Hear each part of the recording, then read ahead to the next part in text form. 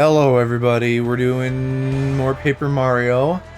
For the last time, while I do post-gamey pit stuff, that is probably just gonna not be things that would be fun for Mama. We're gonna beat up Prince Mush real quick, and then we'll go hop in the pit. Oh, okay, but I gotta go, like, fight him from the terminal. Fine, I guess.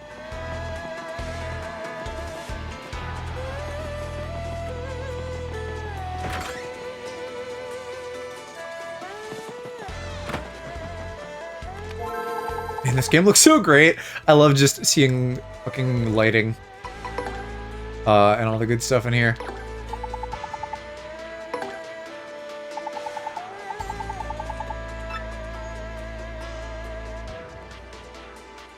Yeah, so I am probably way over-leveled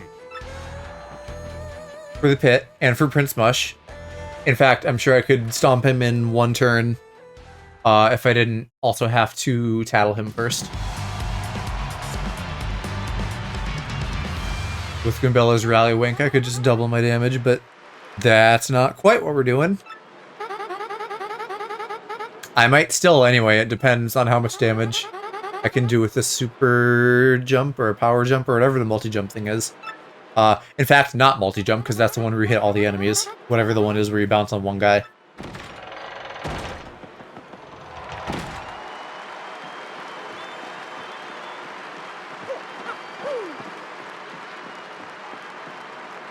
But I did opt to go in my build for a little bit more defense / sustainability coverage rather than maxing out my damage. Because I feel like, you know, in some cases like this, maybe I win a turn faster. But in general, and with the fact that I have to get through the whole pit, being able to live for a little bit longer would be better than guaranteeing, like, you know, maybe like 25 damage per hit instead of 19 or something. Because at that point, it feels like real diminishing returns, right? I mean, not really. Like, the maths out the same, but it's less important. Well, it kind of is. It kind of is diminishing returns, because for bosses, like, yes, 26 is more than 19, but for regular enemies, 19 is going to one-shot everything.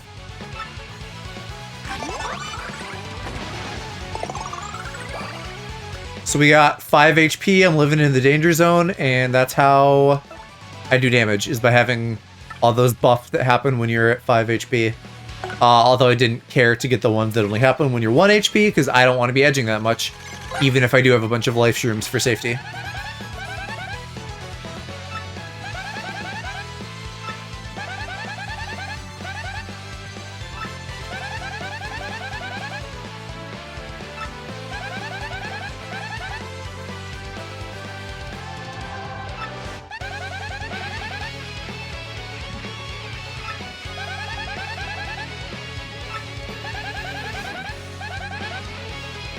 Oh, he also has cake-based trauma? I guess if that was Grubba... I think that was Grubba who sent the cake, so that would make sense. Power Bounce is my buddy. That's what I was thinking of. Oh, he has some defense. Well, that wasn't very good. I only bounced 2 extra times. I was hoping to just kind of smash him before he could, like, pull his super guard bullshit.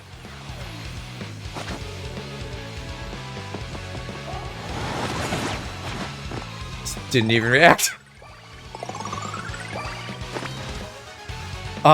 Is there anything a partner could... Oh, yeah, I guess I keep Goombella and I try to do a Rally Wink. Oh, he already is in super guard mode? Damn. Well, shit, then... Maybe Coops for Shell Shield?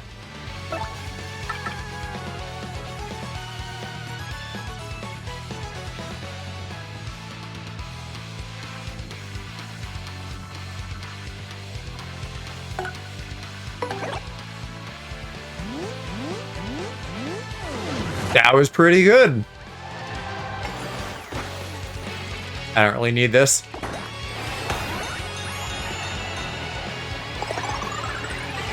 but okay. Oh, now are you attacking again? Don't break my shell shield. I'm surprised that still did 6. Maybe he's defense piercing.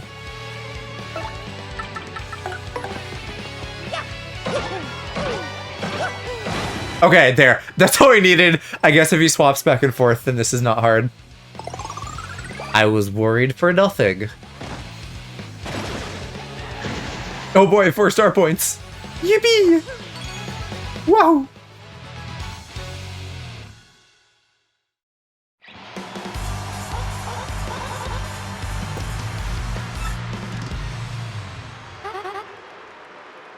He kind of feels like a super boss just because he's new, but he's really not at all. I feel like you are maybe supposed to beat him like midway through the game. Like Douglas Pit, go do another world or two, come back. Although the HP is still really high. It's hard to say, right? Because I feel like I've been able to pull off super guards more easily in this as I've been playing between streams of Mom playing it.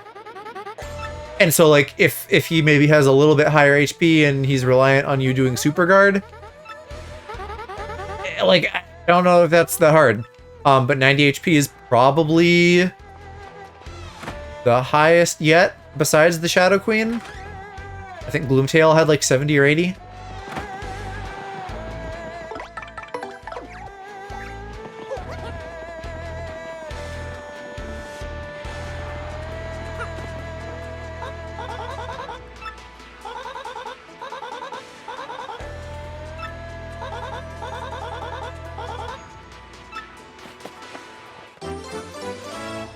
Got a little trophy.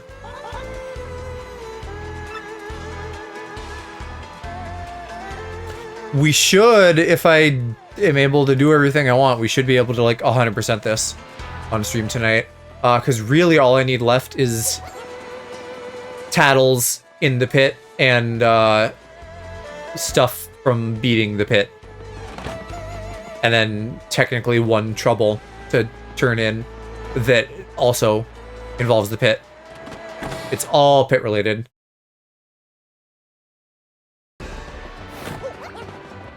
So we'll head back to Rogueport and then I will try to figure out the fastest way to the pit because I don't completely remember how to get there. I think if I go... Well, this isn't too far off of the door. We'll just go to the door and then go in that way.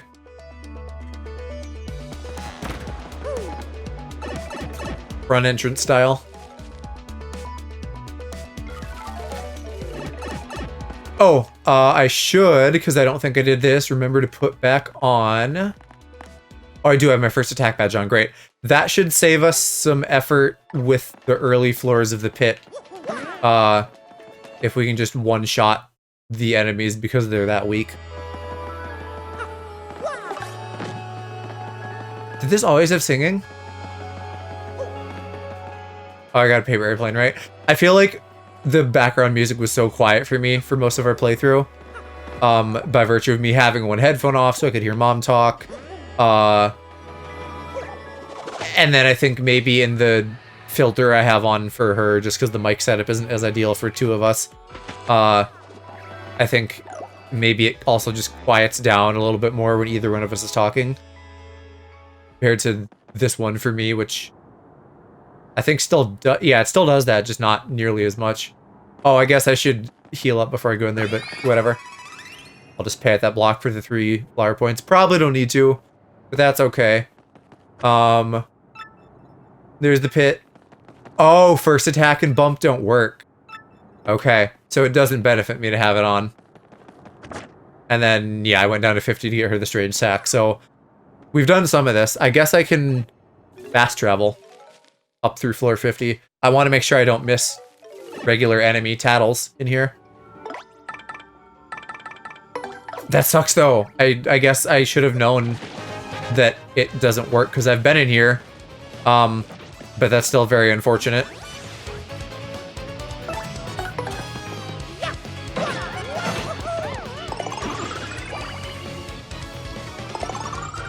It's gonna slow me down to have all these extra little pop-ups for my Lucky Start and Drain badges.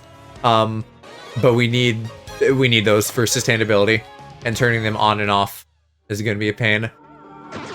In theory, I will level up at least, realistically, guaranteed once, but probably twice. So I guess I can just like put those points into flower points, and then I could take off some of my FP badges and put those towards other things.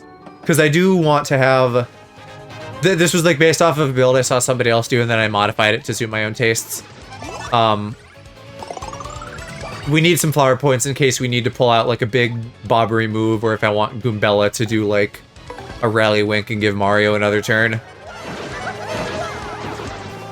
But if we can put that towards other things, that's great, because there's still extra damage I could do. There's, you know, the various lucky badges, because I only have Lucky Start on. I figured that makes sense, like guaranteed luck versus non-guaranteed luck. The coin badges are so expensive, otherwise I'd have those on. I had those on while I was trying to find Amazy Daisies, and like boy does that pay out, which would be great for skipping floors and buying items if I need to, though I probably won't, because again, I'm just fucking stuck full of life shrooms, and I got a couple other things in there. I think I have like a shooting star and a lightning rage. Thunder rage, whatever it's called. Because I was like, fuck it, I have them. I'm sure I won't even need one life shroom, and if I do, I'm certainly not going to need 20. So the 18 I have will be plenty fine.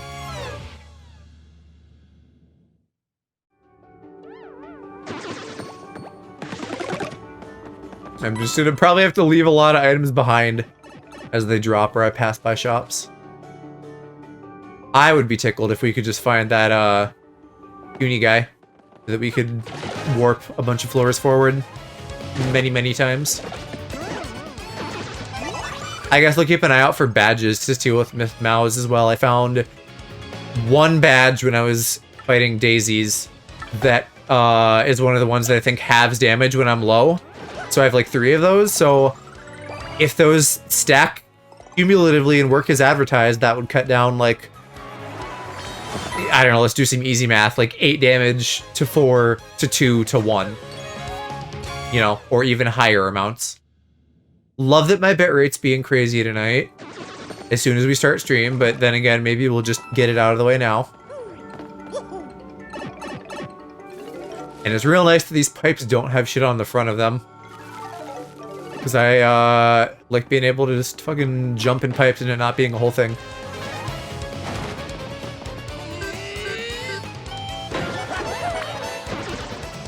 I probably shouldn't do stylish if I don't need it. At least the ones I really know. Because then that just adds more and more time. God, especially with the star power.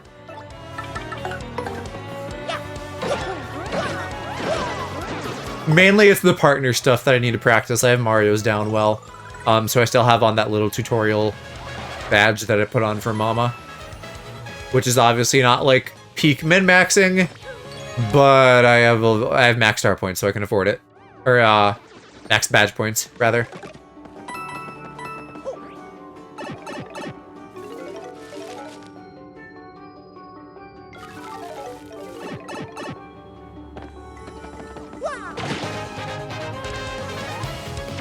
I should double check. Oh, hey, like, there's a badge I could steal.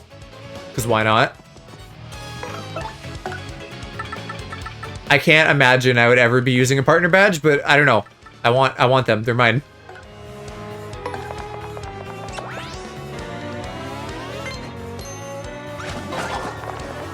And at 1 FP, I can afford it.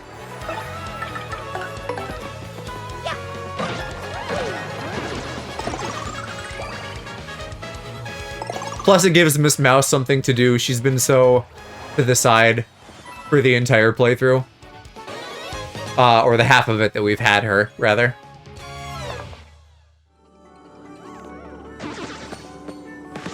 You know, as Mom and I were watching shows earlier, the internet was giving us trouble. It seemed like it was maybe just a thing on Prime Video. Because then when I went to another site, it seemed fine. But, yeah. maybe our internet's just having one of those days. Oh, like, fuck, I'd love to get those, but she can't steal in the back. And we're not gonna put that much effort into it, so you guys are just gonna die, and I'm gonna give up 2 lucky badges, which feels awful, but I'm not even using the ones I have, so we'll just cope. There really isn't anything that I am in need of. Like, this is a pretty OP build. The only thing would be just stacking further. I don't know if it's last stands. I don't remember the name of things. The things that make me likely to avoid attacks when I'm this low, and I think I maybe have 2 of those.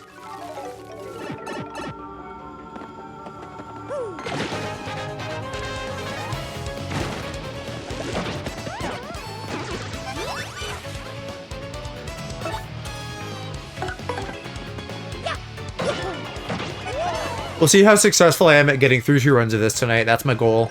Go through once, fight Bonetail. Go through once, fight the new secret boss after Bonetail. Which I mean, I already said it's Wacka. If anyone is, like, following the series, so whatever. Yeah, and then I gotta do, like, a little bit of fucking around in the overworld to make his email appear to trigger him, which is dumb. I don't know. The email is, like, to tell you that he's there, right? I get that. I'm fine with that. But make it so that as soon as I beat Bonetail, I get an email and it's like, hey, come back again. There's someone here. Instead, you have to whack him, which everyone would have done anyway if you know your shit. But having to randomly fight shit to trigger it is crazy and ridiculous, and I can't imagine what they were thinking. Speaking of things I'm thinking, I can't be the only one who's thought that these little spikes pointing down make me think, like, Sarlacc pit. Right? It's like to keep you from getting out. Although, the Sarlacc, I think the teeth on that point up. I don't know. It's been so long. And there's 2 versions of it, right? There's, like, the Sarlacc with the little munchy thing. And then there's, like, just full-on toothy vagina Sarlacc. And I like both of them. They're both really good. The Sarlacc is just really neat. Hey, it's a guy. I don't remember what your name is. I wish I could go more than 5 levels, though.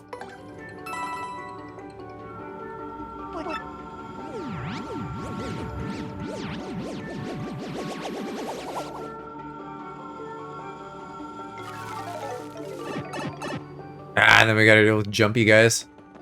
I guess I'll just touch you. I don't have to try that hard to get a first strike when I can just one-shot everything. Truly, I don't know if there is a regular enemy that I can't. Because I can jump on spikes and fire. So as long as I don't fuck up my timing, I think that every enemy in the pit is just trivialized and doesn't matter. Like, there aren't things that are immune to your jump. The Buzzies sure felt like it, but that's just high defense. Yeah, I don't know. And my build may be extra overkill for that reason, because I have, like, appeal badges on, so I can restore star power, thinking I might need to Earth Tremor things, which I did fighting through the first 50 floors in the base game. But, like, now I just jump.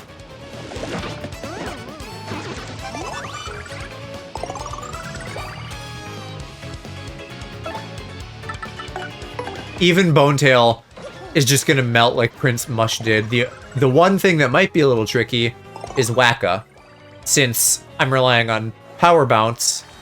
I mean, that's the only way you could do that much damage. Like, you couldn't spec extra into Hammer or something. You could do like that Hammerman badge and then max damage, and you could maybe get, I don't know. What does it do? Does it double your damage? So if I had like a 26 or something normally, that could double to like 52, somewhere in the 50s. But that's still not a lot. I mean, I don't know. Fucking maybe. That's actually not a terrible thought now that I'm having it. So I want to look at it because I'm curious. But if it just buffs it by like 1 point, then that's not crazy. Yeah, no, never mind. It just buffs it by 1. Terrible badge. So then at most you're looking at maybe, I don't know, 20 to 30 damage instead of Power Bounce could, I'm sure, get you in like the 80s or 90s with like a couple, even if you kind of get soft locked. But for every hit you get on Wacka, he gets a bump. And then he can throw them at me, which is a little bit dangerous just because of the multiple hits, or he can eat them. And if I hit him, let's say at 20 damage 4 or 5 times, and then he heals for 4 or 5 times of 25, he could outpace me, I think, even. So I don't know how that's gonna go. I think the thing is, he won't eat them all, though. He'll eat some and throw some. So that probably won't outpace me, but it's still dangerous.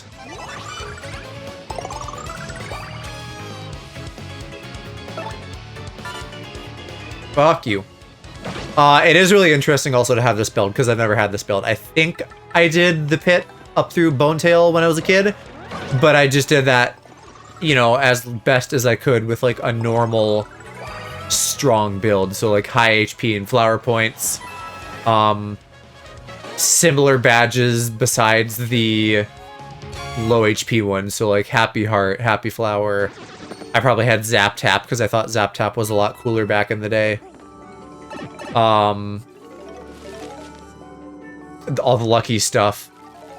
I think I opted not to do Zap Tap now because I was like, one, I might already get it from the lucky badge I have, and yes, it would defend me against sucking enemies like swoops and fuzzies, but with all of the different stuff that I'm trying to juggle, it seemed not that important.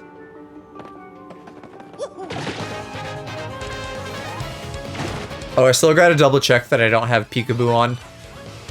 Because then I'll know when I see an enemy with no HP that I need to tattle them.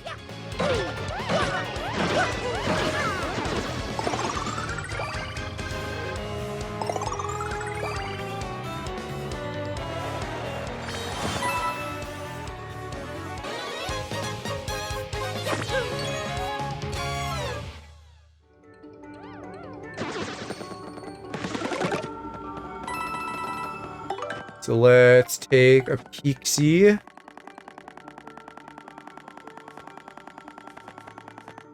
Yeah, there's my build for anyone curious. No Peekaboo. We're good.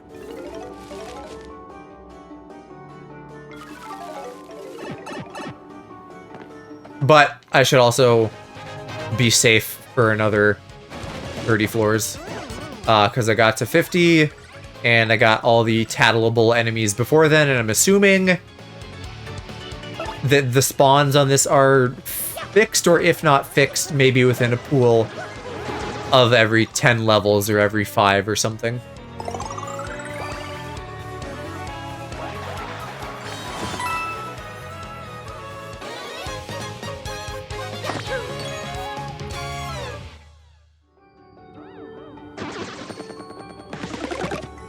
You guys just have high coin drops because you little thieving fellas.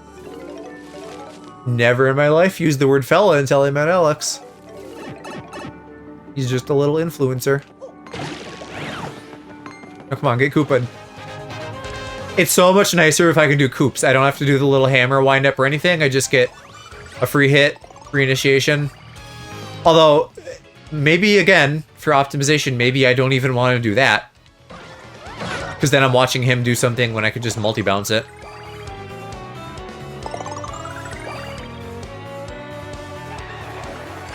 I also don't know if I knew, because I got to level 32, I think, to max out my points. I don't know if I knew that there was another rank at 30, which is Superstar, and I assume makes your audience go up to 200, but I don't know. It's at like 130 right now.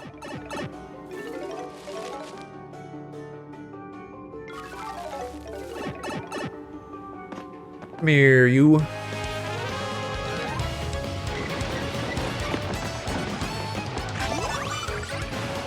Attack of the Super Hershey Bombs.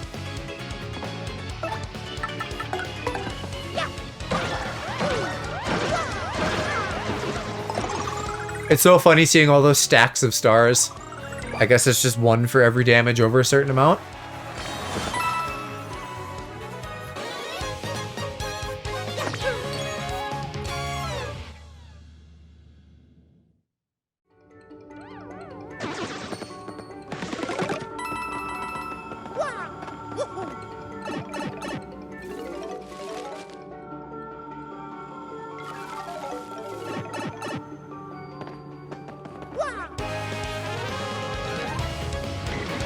Over 200 floors, I feel like some of these time savers might add up, but it still might only be till like 5 to 10 minutes.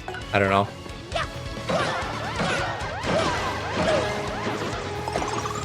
I think that's my base damage, 22.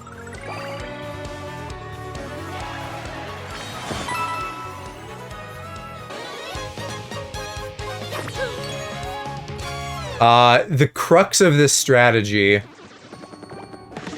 basically is that you play slots to win a bunch of Pianta tokens, and then you go to the little cat lady boo and buy a bunch of these, let's check the names so I can actually know what I'm talking about.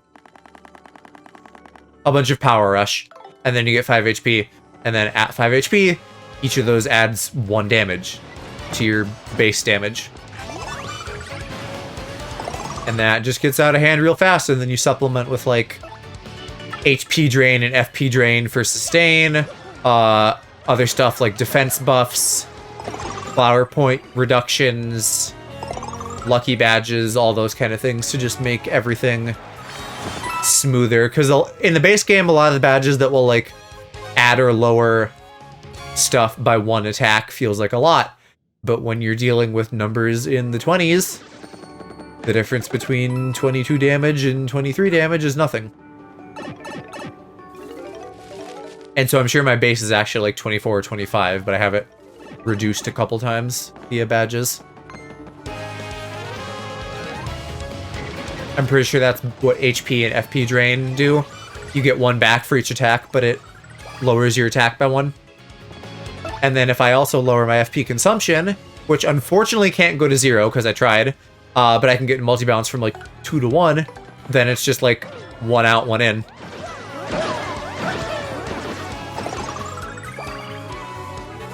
Hi, Ouija, supporting me from the audience. What a sweet brother. Brothers gotta support each other. I bought all his novels because I'm trying to just collect all the things.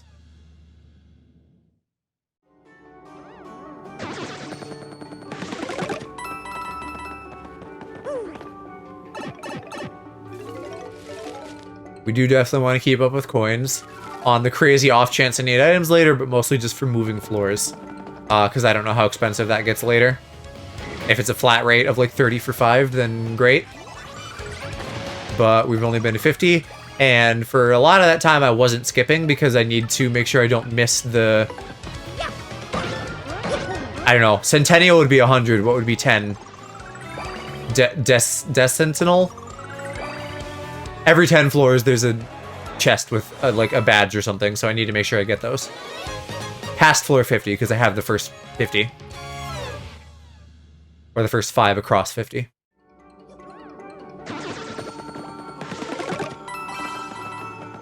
I don't want your strange sack. This isn't grinder. Or maybe that's ruin powder. I don't remember which is which. Actually, no, that is ruin powder, because strange sack is the key item.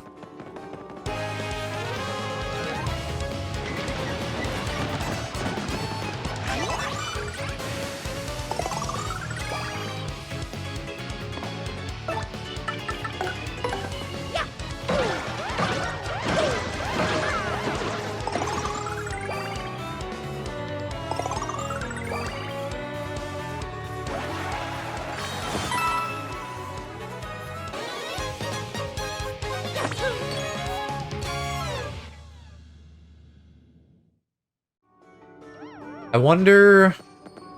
I think max level in this is 99.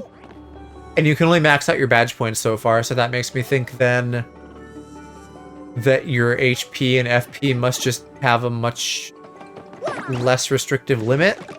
I have to math that out. If you get 5 per level, and we imagine it ending at like 100 or something, that's only 20 levels each, which would only take me to like, oh, well, I don't want that. Oh, bitch is super guarded. Amazing. Actually, I wonder if that's affected by the simplifier badges. That would be good to know. In fact, I might Google that right now. I feel like no, because I don't know if that counts as an action command. But if it does, then that's really OP and I should have that. Wow, okay, here. The badge's upside also affects guard and super guard, loosening the window by 1/20th of a second. Okay. Well, I have 2 of those, I think. It might be time to wiggle my badges around then. And I think I know a real easy one to take off. I mean, honestly, I could take off some Power Rush, but I don't want to take too many of those off, so I think we just take off one of the damage dodge P's. And then I put on my 2 simplifiers. And now we should be a super guarding master. I'm assuming they stack.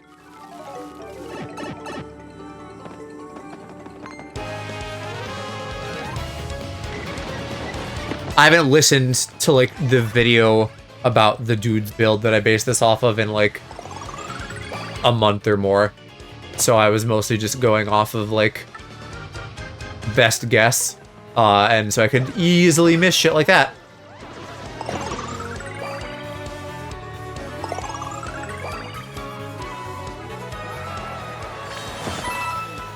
And just having that in general, not bad either. I think that lowers my star power though, which is too bad, but then again, we have the appeal badges. So that probably kind of evens out. Yeah. Yeah. Oh well. Plus, if I'm multi-bouncing everything, 1 hit, 1 kill, the star power isn't gonna matter. Theoretically, the star power may not actually matter at all for this whole stream.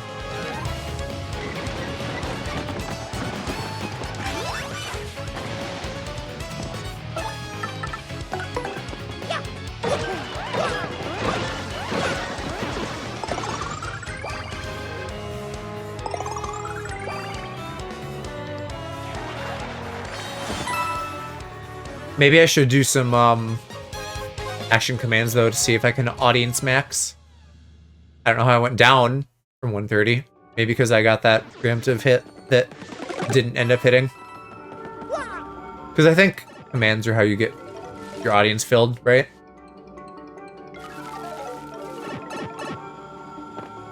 Alright, you I will coops.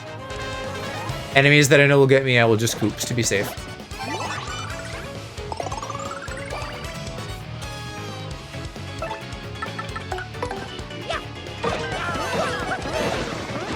Oh, I fucked up. Well, that was bound to happen eventually. I think what I will do then is just have Goombella rally wink me, because that's the safest way to take this guy down right away. Oh, wow. I was thinking it was just like the timing of action commands. That filled up like probably about 4 times as fast as I was used to from doing a couple of those while I was grinding.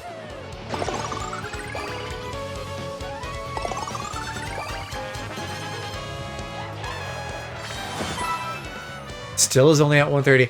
I thought that, because what am I, 4th rank now? Like you start with 50 and then it goes 100. And I thought after that 150, and then I assumed this was 200, but maybe 130 is the max? I swear we had numbers above 100 though before this level I got at 30, so I don't know what the fuck it does then.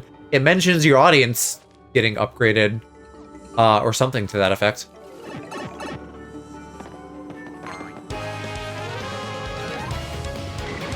Maybe if I win some slots, we'll find out. There we go. And that's the real benefit of the lucky... Well, we're above 130 now. Okay. I don't know what I'm talking about. We'll just see what happens. The repel cape is nice. That seems to happen a lot. with my lucky start. So just having an extra 50%, however that factors into the math of me not getting hit, is great.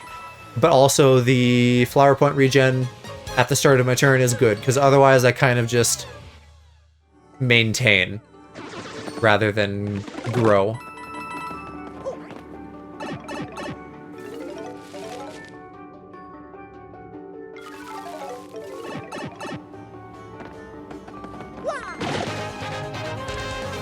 I don't actually know what happens if like 2 of their shells hit each other, but I'm assuming I win.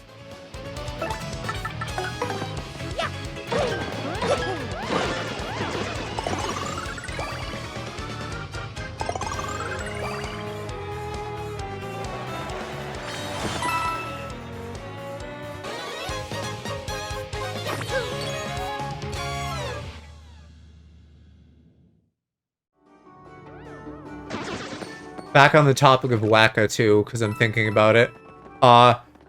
It's kind of fucking annoying, and I get it, but I'm still annoyed. Like, do you really have to make me go through the whole pit again? You couldn't just be like, what? There's now a secret 101st floor?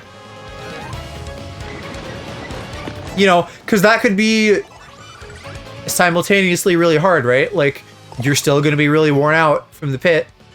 In theory, it should be harder. Instead of just doing 99 floors plus Wacka, you'd be doing 99 floors plus Bonetail plus Wacka, like doing it all in one rush.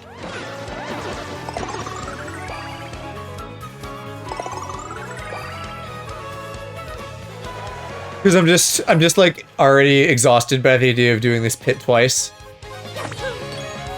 Just because it's unnecessary, right? Like, it didn't have to happen. And yet.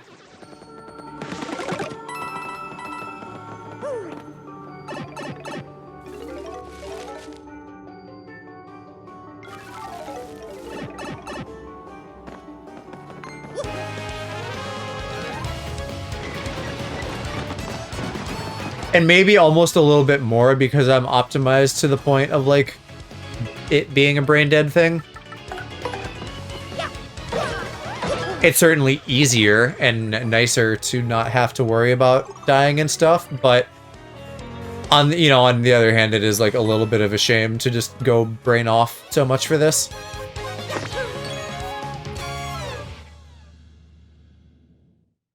I don't know. I don't know if there's a way to do this build in a way that's fair.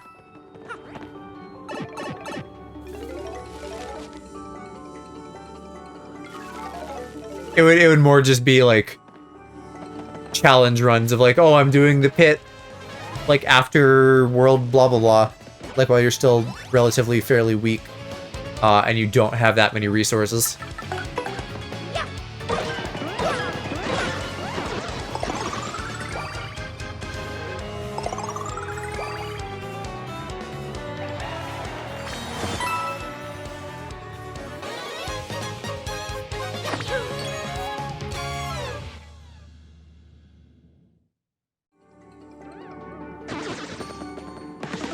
I have no idea what floor I'm on now. I think we're still not at 30 yet, right? We gotta be getting close.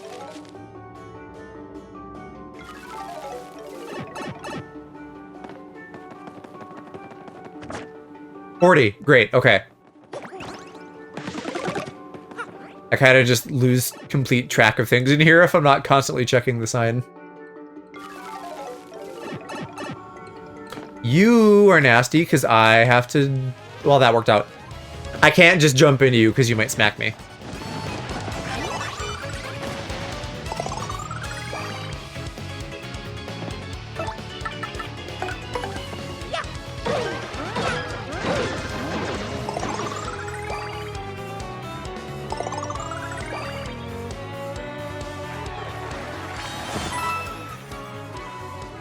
I feel like we're now in sharp contrast to the Mario and Luigi series, where the commands are a lot harder defending, and also it's just a harder time in general. Meanwhile, this is so optimized, like I said, to the point where it's almost brain dead.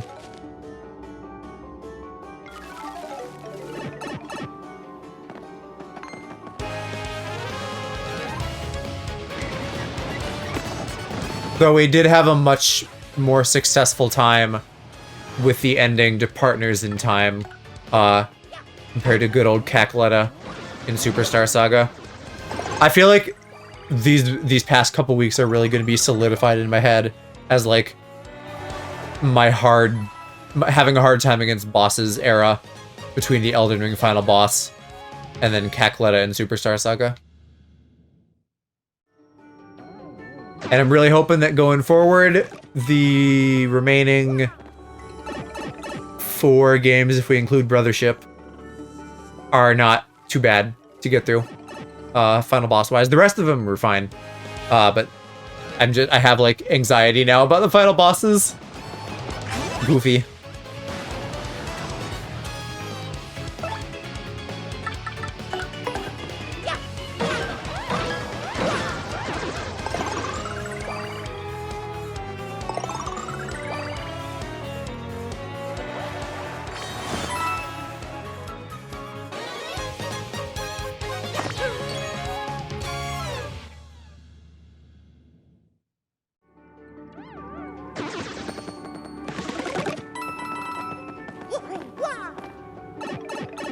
And I'm assuming our little puny friend just has, like, a random spawn chance. Maybe it's guaranteed every so often if you haven't got him. Like, maybe there's a soft pity system. That would be really funny. I imagine there are games that have to use systems like that in general, or that are older, that we just don't think about because it's not highly publicized gotcha bullshit. Oh, he had a lawyer shroom. I wasn't thinking about that. Well, might just be time for another rally wink then. I don't trust my partners to do 8 damage without having a massive FP investment, like Bobberies.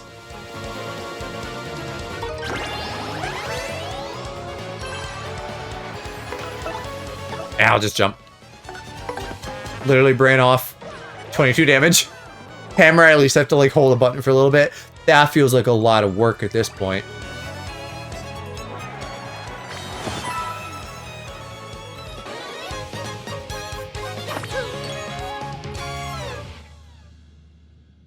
And then eventually we'll just get our lucky FP regen, or you'll drop some. That's also an option.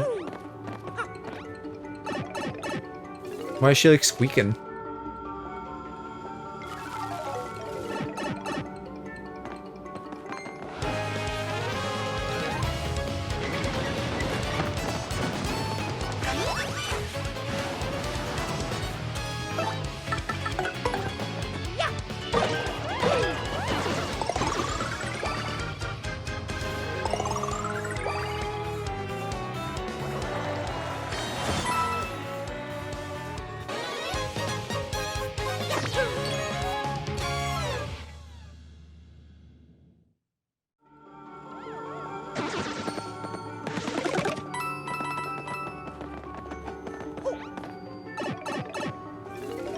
Yeah, maybe that's her jumping sound, or her landing after a jump sound.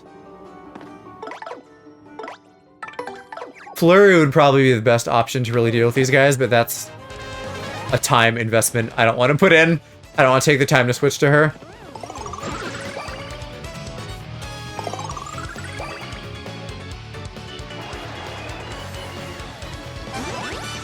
God, it takes like 30 seconds to start a fight. Fuck off.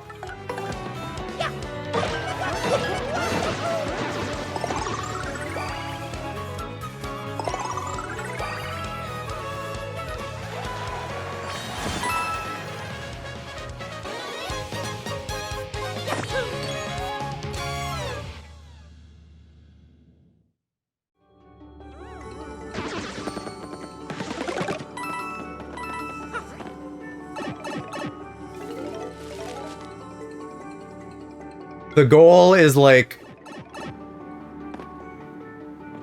well, I guess 50 floors an hour would get us to like 2 pit runs over a 4-hour stream. So loading in like pre-stream plus Prince Mush plus getting here, and we're probably closing in on 450 as we're closing in on an hour, is probably decent, you know. But then I'm gonna have to fucking run around a bit to like trigger whack his email and stuff, so we'll see. It's probably gonna be a normal-ish length stream, one way or another.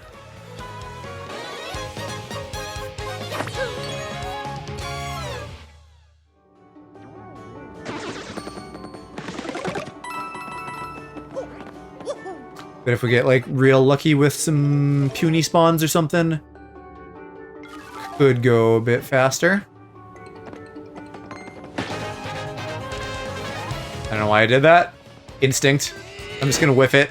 Still does 23. What is this? 23andMe? The daddest Jad joke I've ever made, maybe. I'm kind of just grasping at straws for something to chatter about, because there's like nothing actually happening in the game. I'm just multi-bouncing on things forever.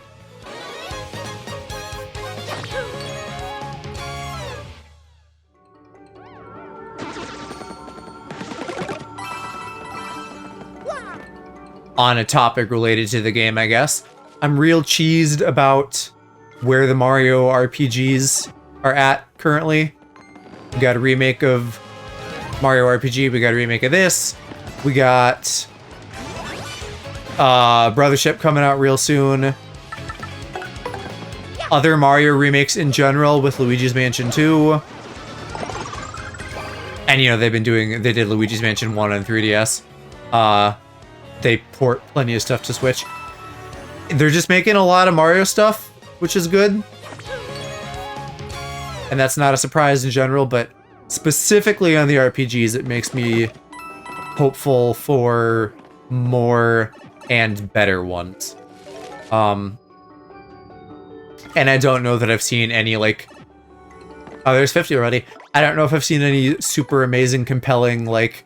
Hey, the Thousand Year Door remake, like, did this good. And that means we can probably expect blah, blah, blah, blah, blah. But, like, I would love to see that at some point, and I'm hoping that that's the case. I'm hoping that it just sold really well. Maybe at least, like, comparatively better to other recent Paper Marios. So that they'll be like, oh, maybe we should make them good again.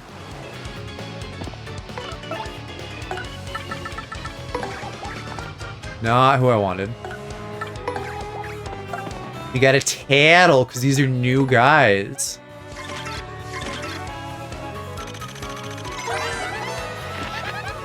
A badge bandit. He'll go after your badges.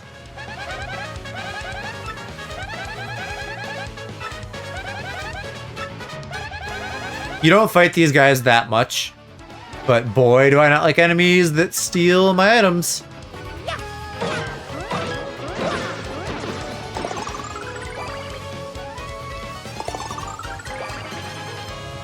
Bigger issue in Mario and Luigi so far. Still not that bad though, because it's mainly just been Popple and then the Dark Ooze or whatever they were called in the desert caverns. So there's been like one enemy per game, although one of them is a boss, one of them is a regular enemy. Is the pit music changing? I feel like it's changing a bit. Maybe that just happened at 50. Yeah, it definitely is. There's like that desert sounding sting.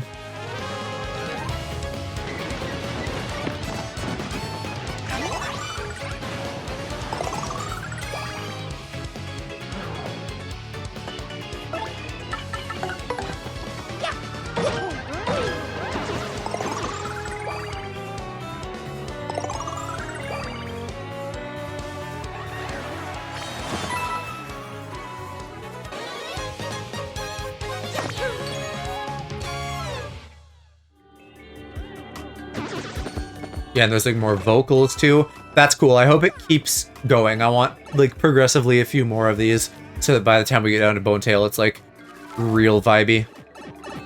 Speaking of Dark Boos, I don't know, what are these? Hyper Boos? I don't remember what they're called. Or maybe I thought they were Hyper Boos, but they're actually Dark Boos.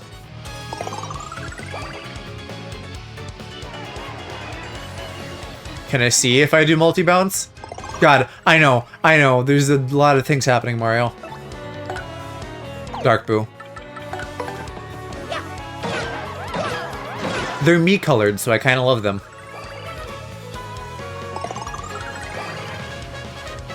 And I feel like Boo alts are such a rare thing. Outside of the Mario RPGs, the only ones... Well, okay. I was gonna say the only ones are like the ones in Mario Galaxy that are like black. Like they're like Bomb Boos. But in like the Mario Bros games, there's like big Boos and stuff like that. Boo Buddies. So there's a few.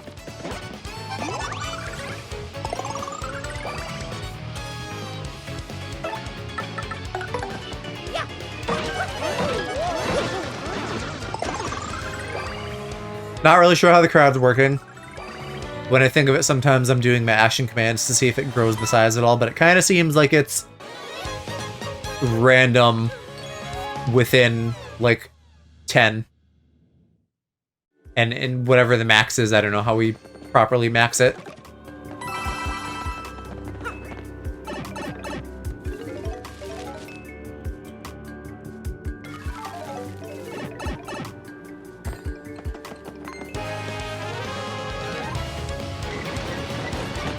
I probably misled Mom slightly when I said that enemies that touch you can't hurt you, because I feel like the Clefts probably can if you give them enough of a wind-up.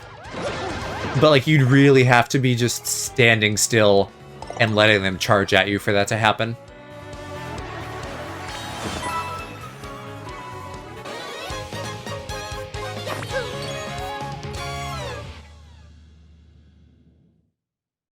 I guess whenever I do level up here, I'll probably put that partner guard back on. Like, take one flower badge off, because I'll level up flower points. Put a partner guard back on, and then have, like, one more of the damage dealies. That I can't remember what they're called. All these badges that work at, like, low health, they all look the same. They're all, like, maroon octagons. And some of them probably actually have similar names on top of that. But mentally, they've all just blended together.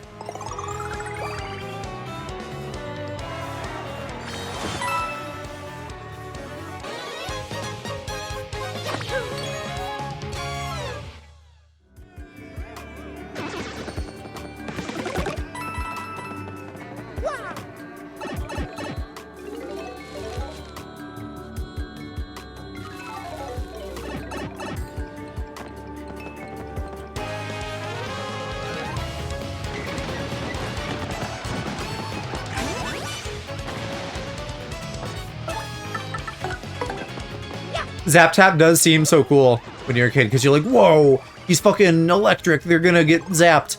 And then they still just damage you. And they also take 1 damage, and it's like, okay, 1 damage.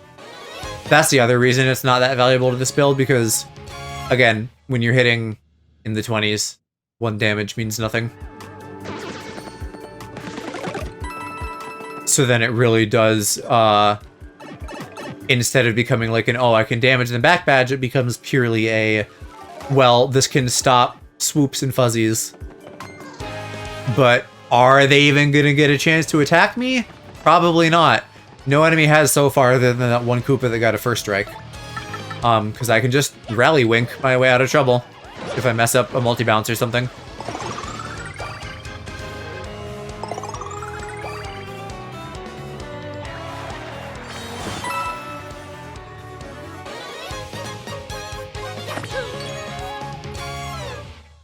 I feel like I'm just noticing that Koops' shoes are white for the first time. It's like really standing out to me visually now. And that makes sense because he has like a little casual look with like a hoodie and sneakers. But sometimes I just don't see details. You'd think I would, being an artist, but nope. Don't you bark at me.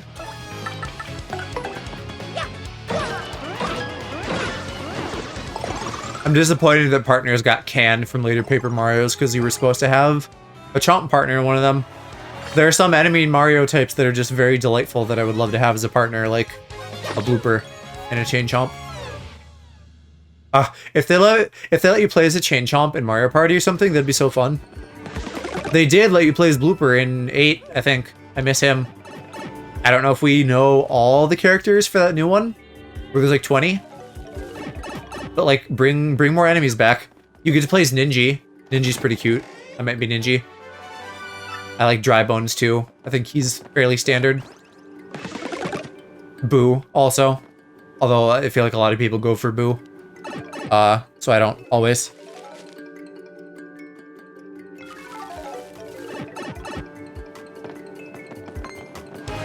It's a Lakitu, but he's slightly dark and fucked up. Oh, and there's one of you guys, the crawdads from hell.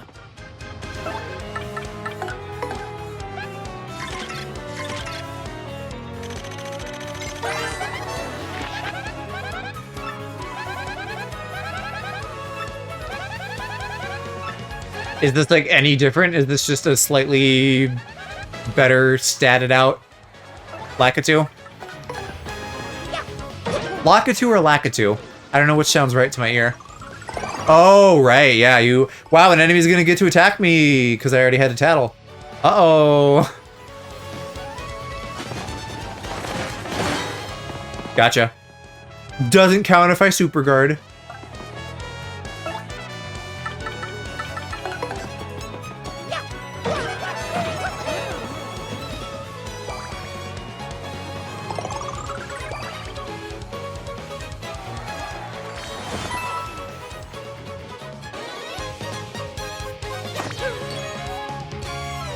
I think that's why Mario and Luigi's stuff feels so hard defending. It almost feels like it's maybe somewhere in between a guard and a super guard, whereas like in the 3DS versions you have that just like defend one where you just take the attack but it lessens the damage, which is more like guard in this. I don't know. That's probably not quite an accurate or fair comparison, but that shit's tough sometimes. I gotta start paying attention to when enemies have life rooms and not just, like, turning my brain off about it. Throwing these guys at you often, though, that's devious. Those are tough guys if you're not doing big damage.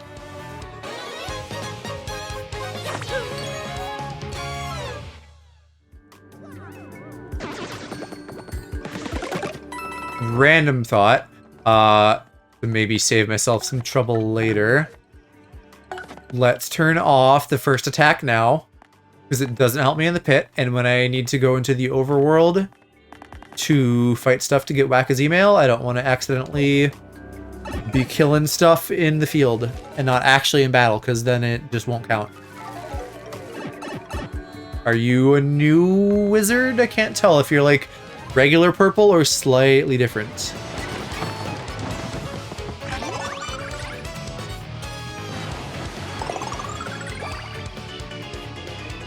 Nah, you guys are regular.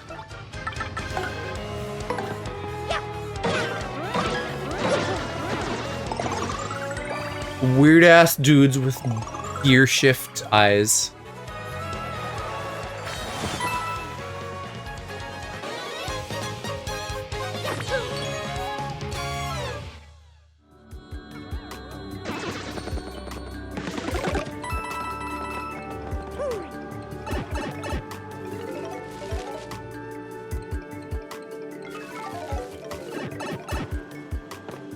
You know what? Looking at my notes.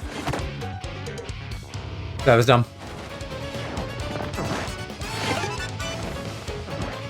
I'll never know if that super guard would have counted. I need to let one of the Dark Lakitus live, because I need them to throw spinies at me. That's maybe the one redeeming thing about having to do 2 pit runs, is if I miss something. I didn't actually, because I can just go back. And get it in pass number 2. But it'd be real cool if I got them all now, because then I can just jump through floors without having to worry about missing stuff. If the puny would ever show up again. I mean, at this point, I can't use him, so really, he might as well not show up until the second pass.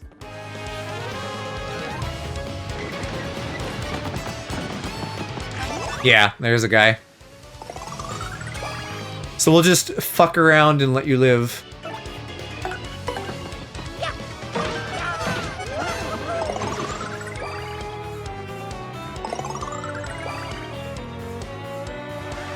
Does appealing draw in more crowd people? It looks like it jumped up by 3.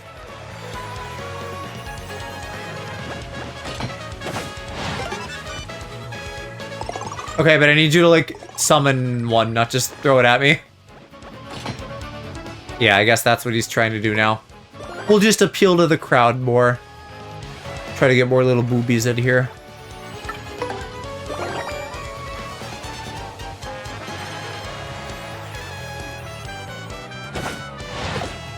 Damn it! There goes the no-hit run.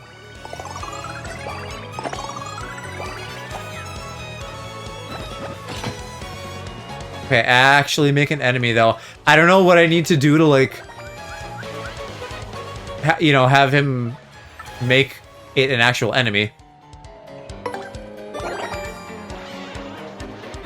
I'm also upset that Koops is just going to be down 4 HP forever now. I totally could have super guarded that first one. What does my tattle say on you?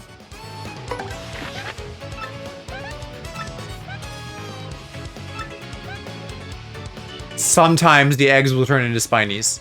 Okay. So it doesn't sound like it's conditional on me jumping on it. Because I can't. I guess I could with a partner. You know, we'd get hurt, but if it makes him make a spiny, which is what I need, then sure.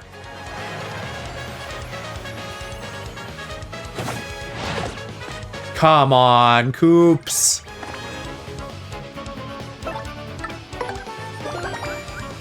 I guess I could heal him with Sweet Treat if I really wanted to.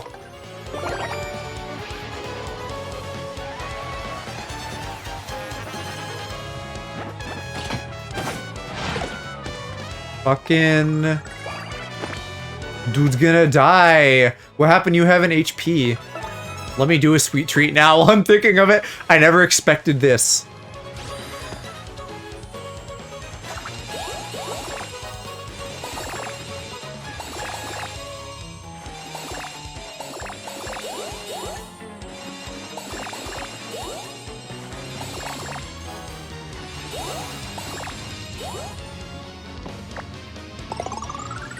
And I guess we did use star power after all.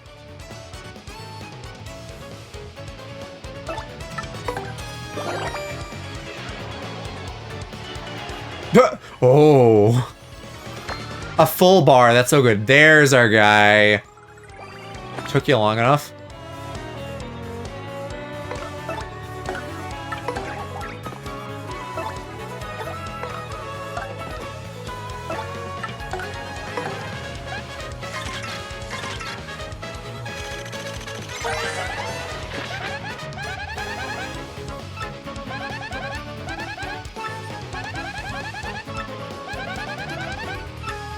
It's like the Monster Hunter gear rule that people always talk about.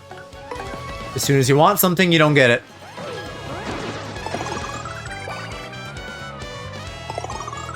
Luckily, that's the only time we need an enemy to summon another enemy.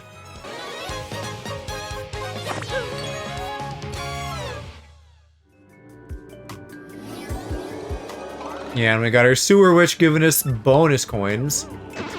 Admittedly, it's kind of a wash between whether that or more star points is beneficial. You know, because these are all giving us 1. That might be the case forever. Up until the bosses. I don't know.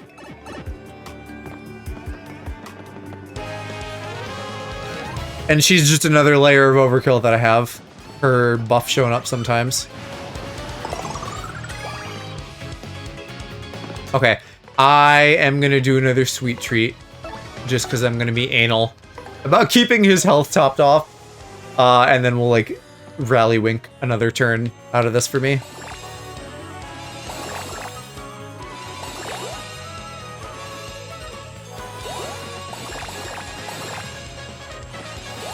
There we go. Dude should be all healed up.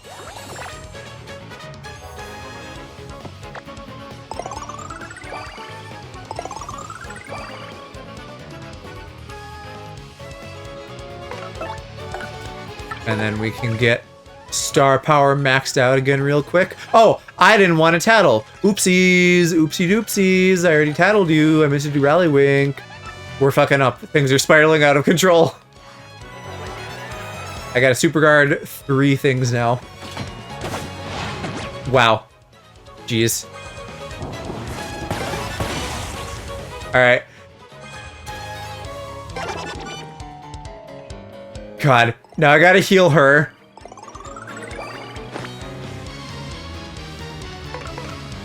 I care less about her though. Oops is out more.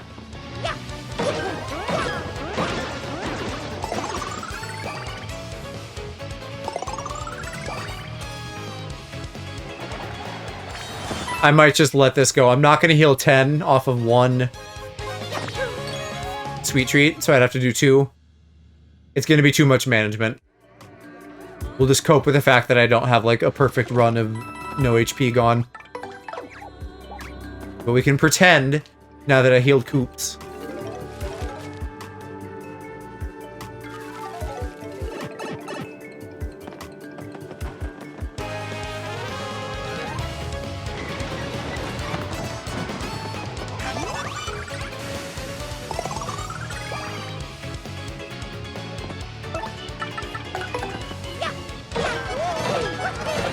Oh, come on.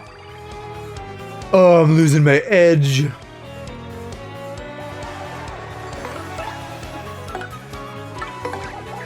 Guess who's getting a rally wink? This guy. I love just being able to mash A, since it's so easy to pull off.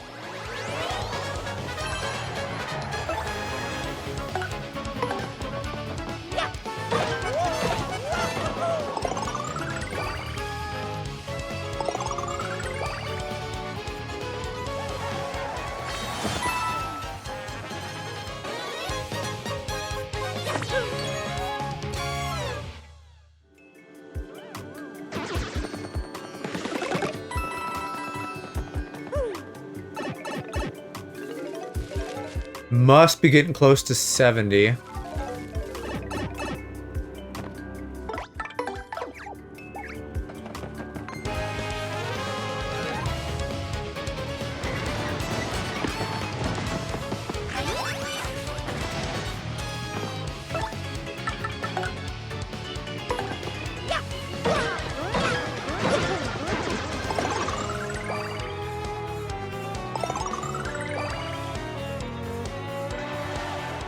I was gonna say, did that give me no star power? It just takes a minute. Everything takes so long. Sigh. I'd also love to still be crowd maxing. And I could like appeal with my partner every turn. But I don't know that I care that much. We're still falling the items, yeah. I'll ditch the Ice Storm though. I like Thunder Rage more than Ice Storm at this point.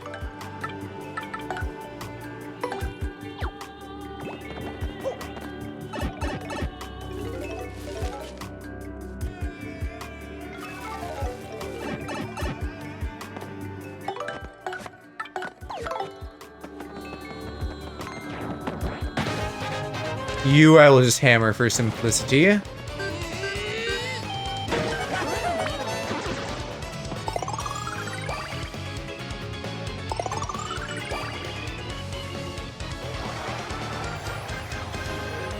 Gotta let all the things happen. 4 fucking things.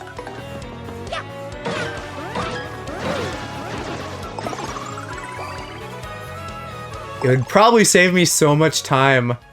I do really need the FP drain. I could probably take off HP drain, and I could probably take off Lucky Start.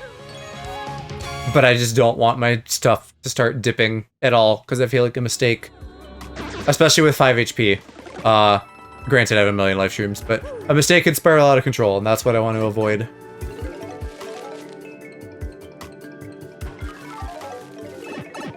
Yippee!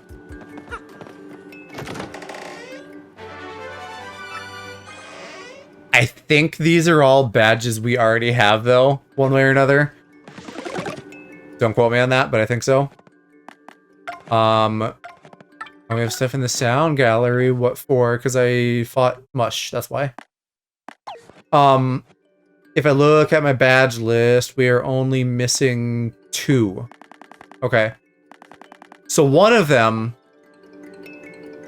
unless it's like the one you get at the very end for doing everything, one of them we get at the end of this. I don't know about the other one. Maybe floor 80 is the other one that we don't have yet. Oh, hey, look, it's a different wizard. Somehow this is the regular wizard, even though we see the other ones first.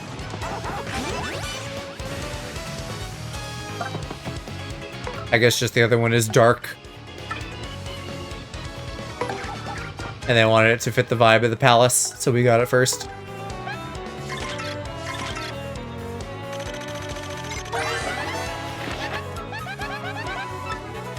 What were the stats on the other one, though? It also had 10 HP.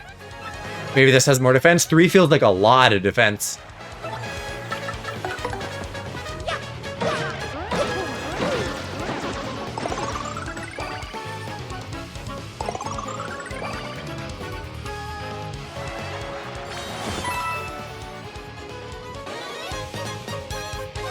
Oh, hey, wow. 2 star points. Crazy.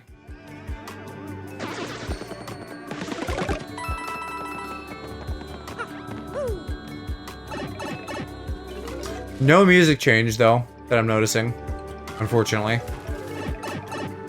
I don't know when I'd expect one.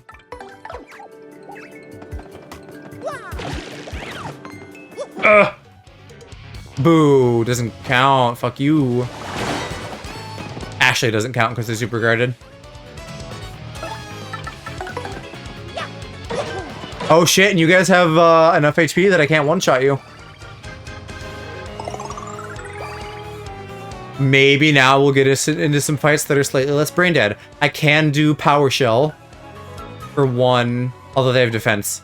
So I guess we'll do Shell Slam.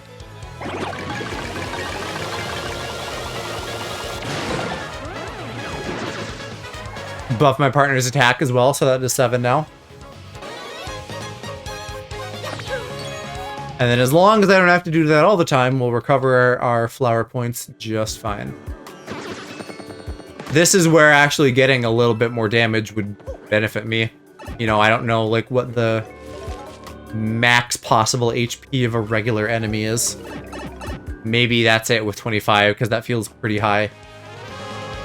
Like, those guys and the dark crawdad dudes were like both mini bosses slash top of the Glitz pit. You could also say that's a mini boss though.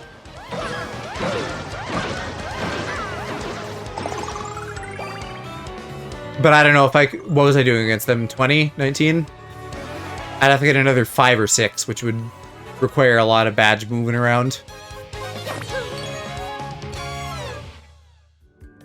But I think we'll just cope.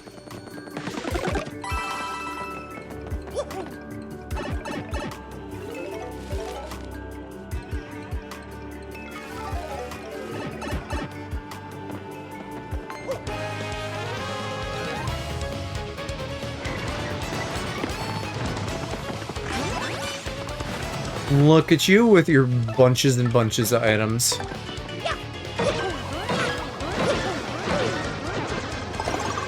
Didn't do you any good, though.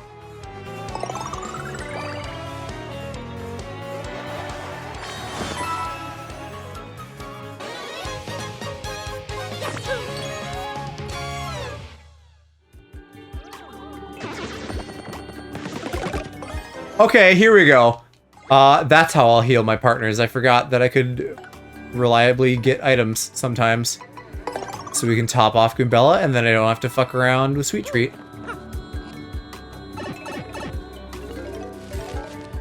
Just goes to show you that if you get real deep in a hole, the universe provides.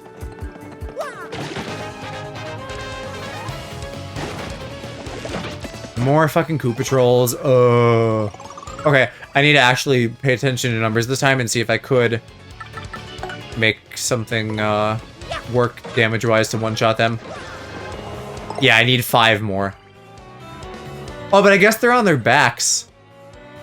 I could just leave them on their backs.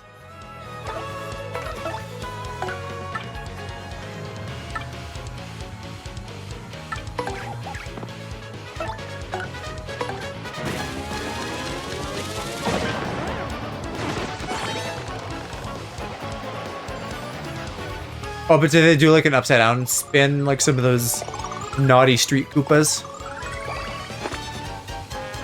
No, they're just done. All right. Yeah, I'm not gonna worry about it then.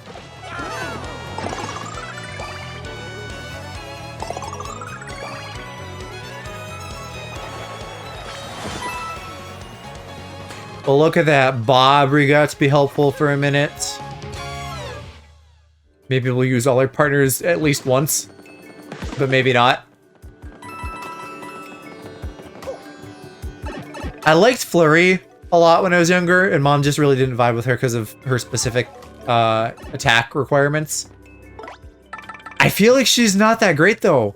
Like now, you know, she has her body slam, and then Gale Force is like really chancy if it works or not, and then Lip Lock to drain an enemy is fine, I guess, but also it's not necessarily better than any other attack.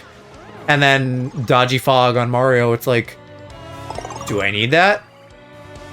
Granted, actually for the Whack-A-Fight, that might be super helpful. Beyond that though, I don't know. Can I just do this with Hoops? That would be great if I could.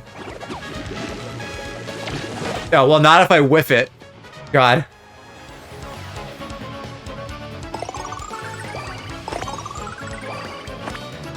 You know, because if I have like my passive dodge, maybe a dodgy cape if that lucks out, Flurry's dodgy fog on top. If it allows all that to stack, I could probably be that much better off for avoiding his whack-a-bumps. Because if... Well, I don't know if I die if one of those hits me. Depends on how much damage, depends on how much damage negation I have.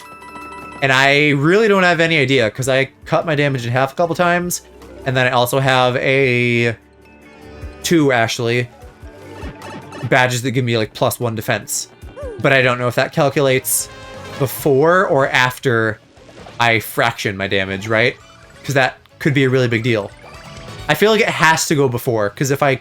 Let's say I cut my damage from, like, 8 in half to 4, in half to 2, maybe in half again to 1, and then I get defense, that would be... OP, nothing would ever hit me. So it's gotta be before. Hi, Hershey. No mama today? No. This is a me being a completionist stream and doing the pit, which I feel like would be like more than she would want to sign on for. Even with my very, very OP build.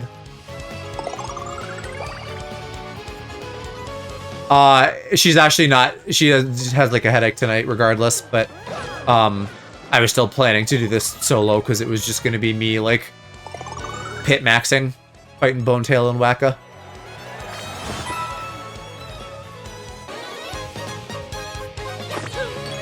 Pretty reasonable. Hope she feels better. Yeah. I don't even know if we're having weather. It's just like, you know, she gets headaches and stuff a lot. I'm really hoping that circumstances work out with the trip, and that she has a few days of just, you know, no headaches or anything like that, so she can enjoy herself fully.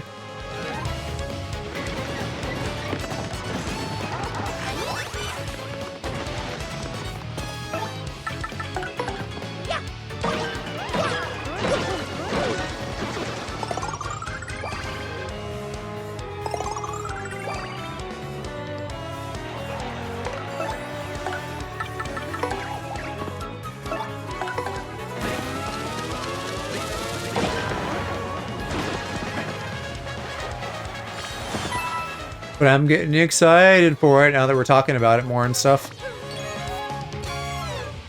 I know we didn't actually get that much done last night. We just kind of yapped a lot and then got like 1 more 2 things on the list. But it's still good to like have forward movement because I feel like it's so easy to just not plan. You know, I don't know.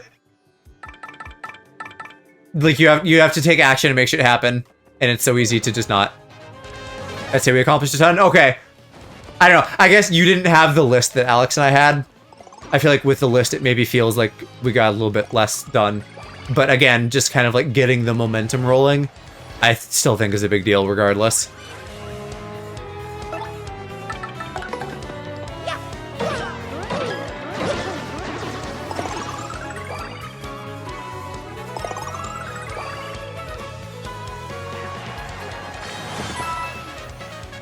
And I'm glad to know that you're taking time off so that we can hang out. That'll be fun. I want to see everybody as much as we can. It's unfortunate that Mo will be in Japan, and I don't know if Park and Sweet are going to have any availability, but that would be really cool too. Because I also enjoy seeing them, and I don't see them enough considering that we live real close to each other. And I'm going to say that that's 99% my fault, but still.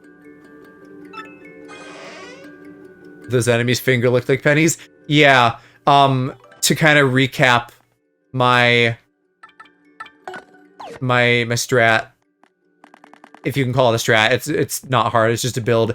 You get down to 5 HP, and then you just stack a ton of these badges that give you, like, +1, actually +2 damage when you're really low. That's basically the build. Just, like, edge maxing.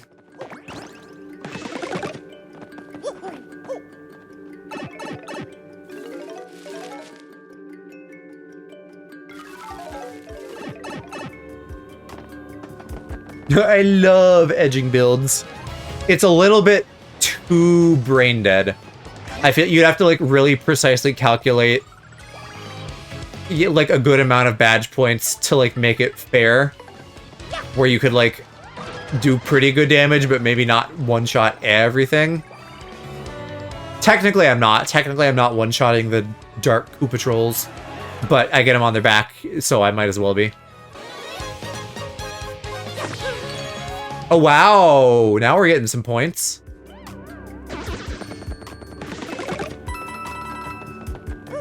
It's only gonna get slightly more OP from here as I level up another 1 or 2 times.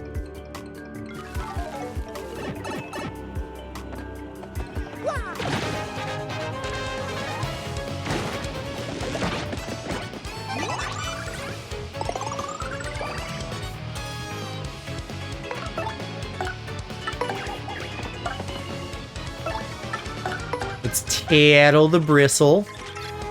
I don't know why they're pink inside.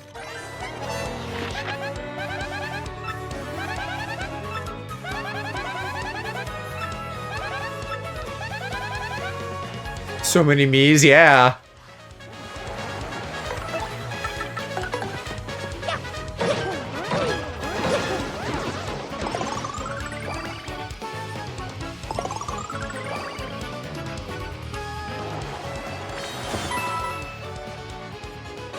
And they're fucking swimming in the money, too. I wonder, because we haven't seen the puny guy for a while, maybe he only shows up on successive runs when you've been places. And since I'm now deeper than I've been before, he maybe won't ever show up. I don't know. I see you up there, Spooter. It's so funny, there's a bunch of enemies in the pit that you only see, like, the regular versions of here. Oh, we got a 2-for-1 special. So I gotta not kill everything in one turn.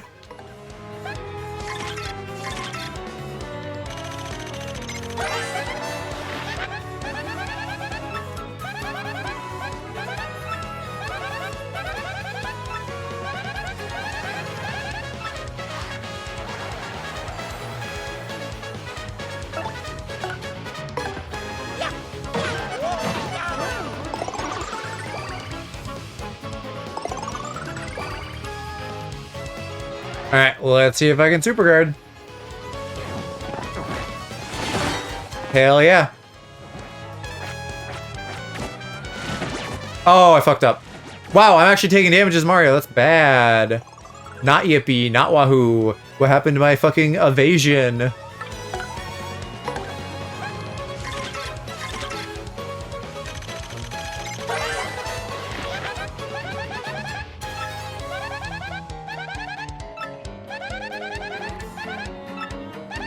It may look like a normal piranha plant, because it is. Apparently they don't grow them like they grow them in the Mushroom Kingdom. Because all these other variants in this one are just not strong.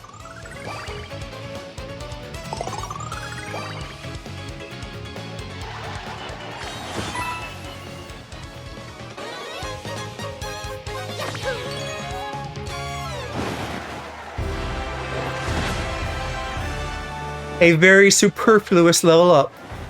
Because I am already too strong. And I literally can't badge max anymore. I can min-max, though. We're gonna do that. Because I don't know if I need 20 flower points. Even 15 might be overkill. But I'm kind of just like, what if I need to do a bobbery bomb?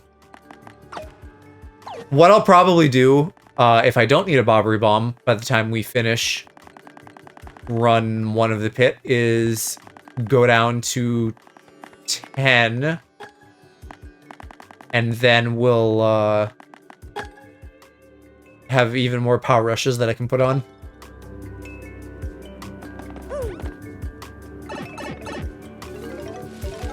Oh, come on, Bitrate. You already did this. You had your one little fuck out as a treat. Now you have to be good and give me a consistent 6,000.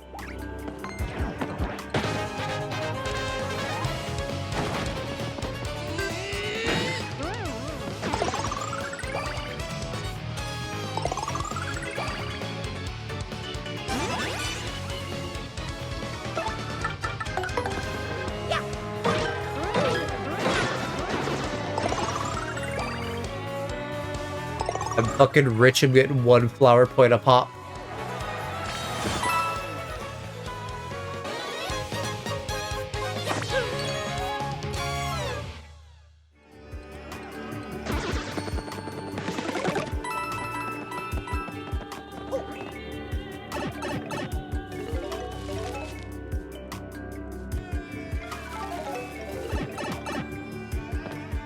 I maybe better coops you as well, just because that can also maybe attack me.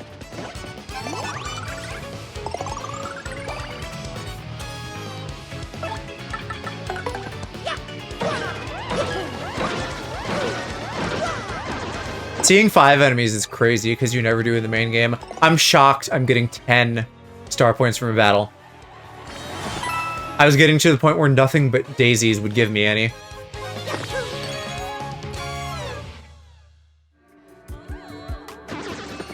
Oh wow, and he dropped a badge. Have we seen an enemy drop a badge before? That's handy. Although a power smash kind of means nothing with this build. I wouldn't spend flower points to do a little bit extra damage when I'm already doing this much.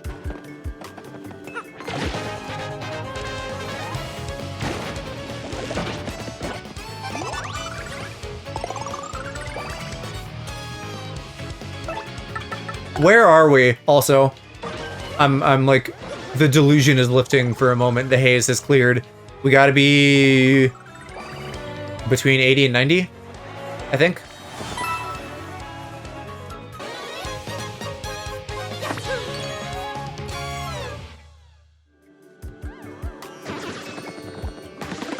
So we're getting there. It'll be boning time soon. I could check the wall, but I'm not gonna.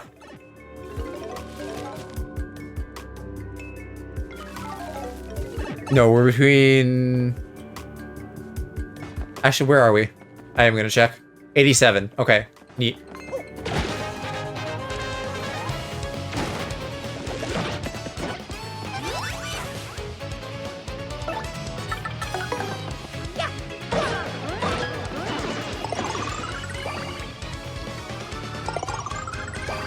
That is a lot of fucking toothy piranha plants on the audience. We are finally getting the crowd up. We're nearly at 200 now. I don't know if I can tell the difference visually between 150 and 200, but it's nice. It's nice to max while we edge.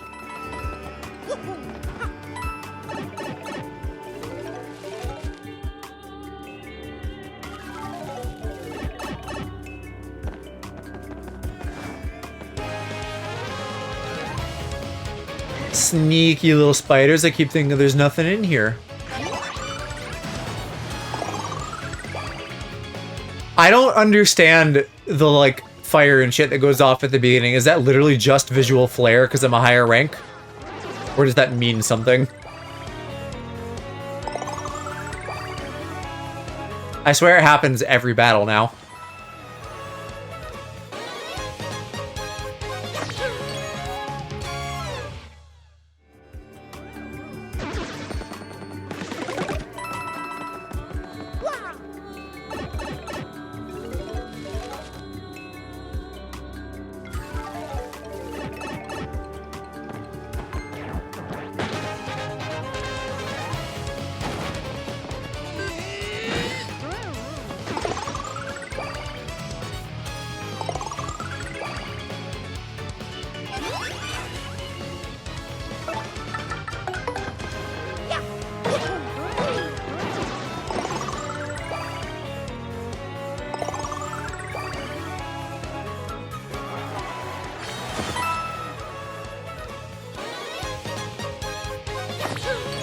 Another 3 closer.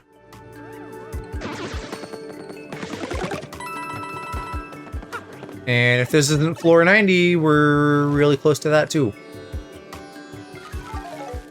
Yay, another treat.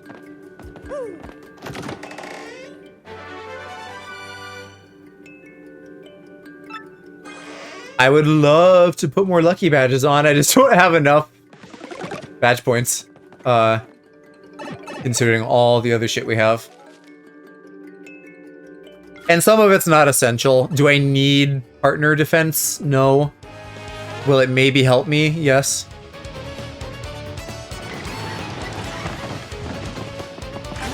Wow, 5 of these fuckers with items.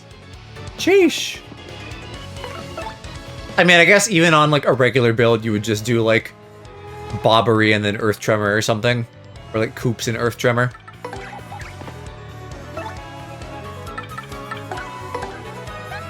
I'm trying to make sure I'm just not on autopilot now when I'm selecting stuff. 5 defense. God, wow. Maybe not as simple as Bobbery plus something. I don't know, I think those are low enough that Coops could hit them though, right? So he'd guaranteed do half their health and then a well-done Earth Tremor could finish them off.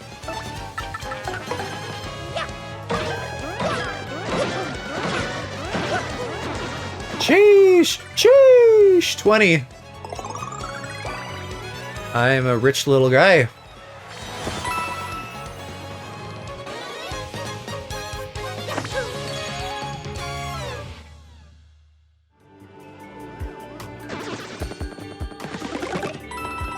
Not too shabby outside of battle either. I mean, I guess this is like the final 10 floors, so time to go ham. And there's a decent amount of enemies still left to tattle. So there's like a new enemy every floor or two. Or, you know, a variant, but still.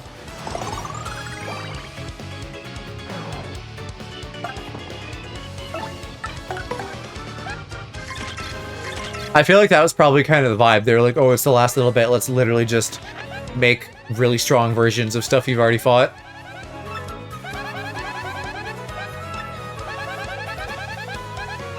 Joke's on you. I am also poison proof. Although I don't think it would happen right now anyways. They're always green, so it's hard to tell. But I'm assuming like the thunderclouds, they would have a special animation to be like, hey, I'm storing up the element that's gonna hurt you.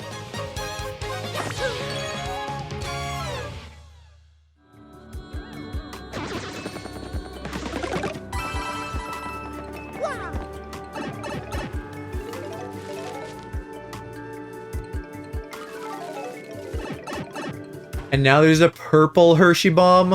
What'll I think of next?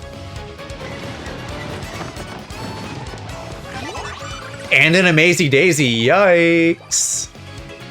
That's actually not, I can just multi-balance it though. In a group, in this though, in the pit, a little scary.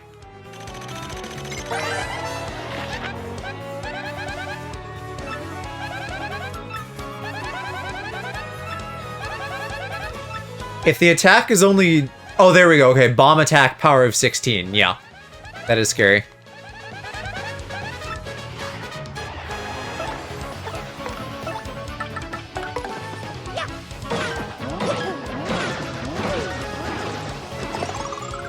Wow, 49.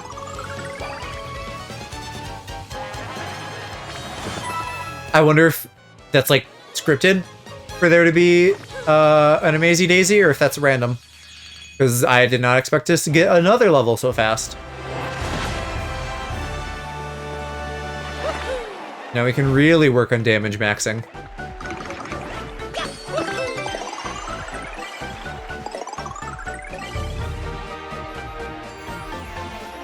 Oh hey, and the crowd is maxed as well. Yippee.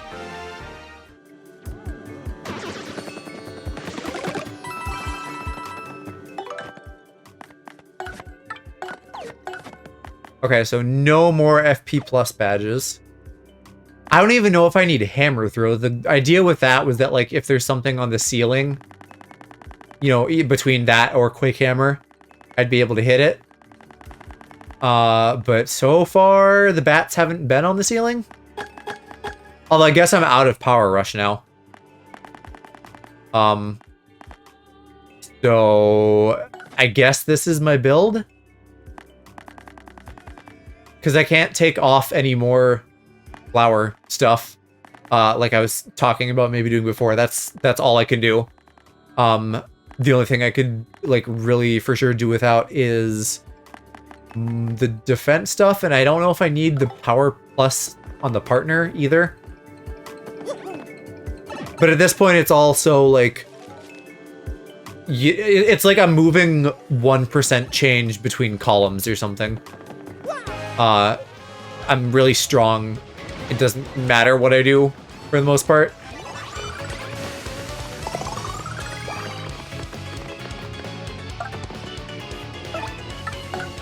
I think this is our last regular enemy scan. 20 HP, that's a bulky lad.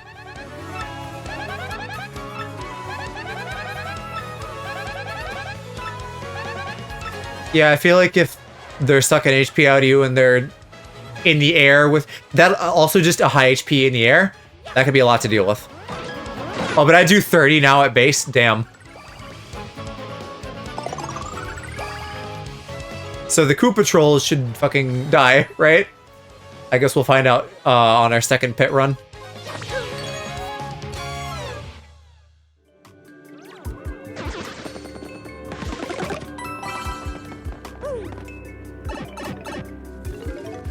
Somehow it's taking longer, these second batch of floors. I guess that makes sense purely because I don't have any skips. So maybe it'll go faster next time, because I will. Assuming I do in fact get them.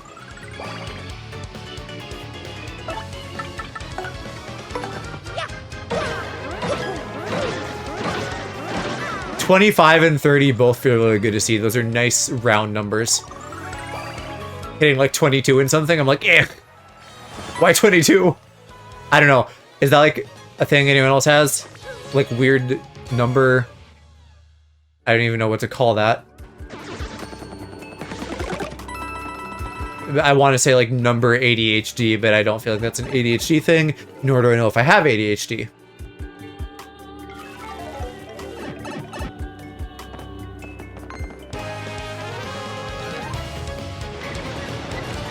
Let's just call it being anal, I guess. But also, like, this is purely just a for the sake of discussion thing. I'm not actually, like, losing sleep over the numbers not being a certain way. Wait, can you hear me? In Discord? No. If you hopped in call. Let me double check that I don't have my audio settings stupid. I did, in fact, have my audio settings stupid. I should be... Hi! I should be able to hear you now.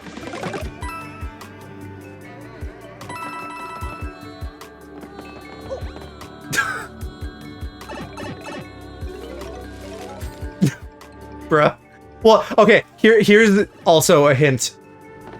Oh, wait, shit, no, I'm not hearing the game. Hold on. Why is that happening?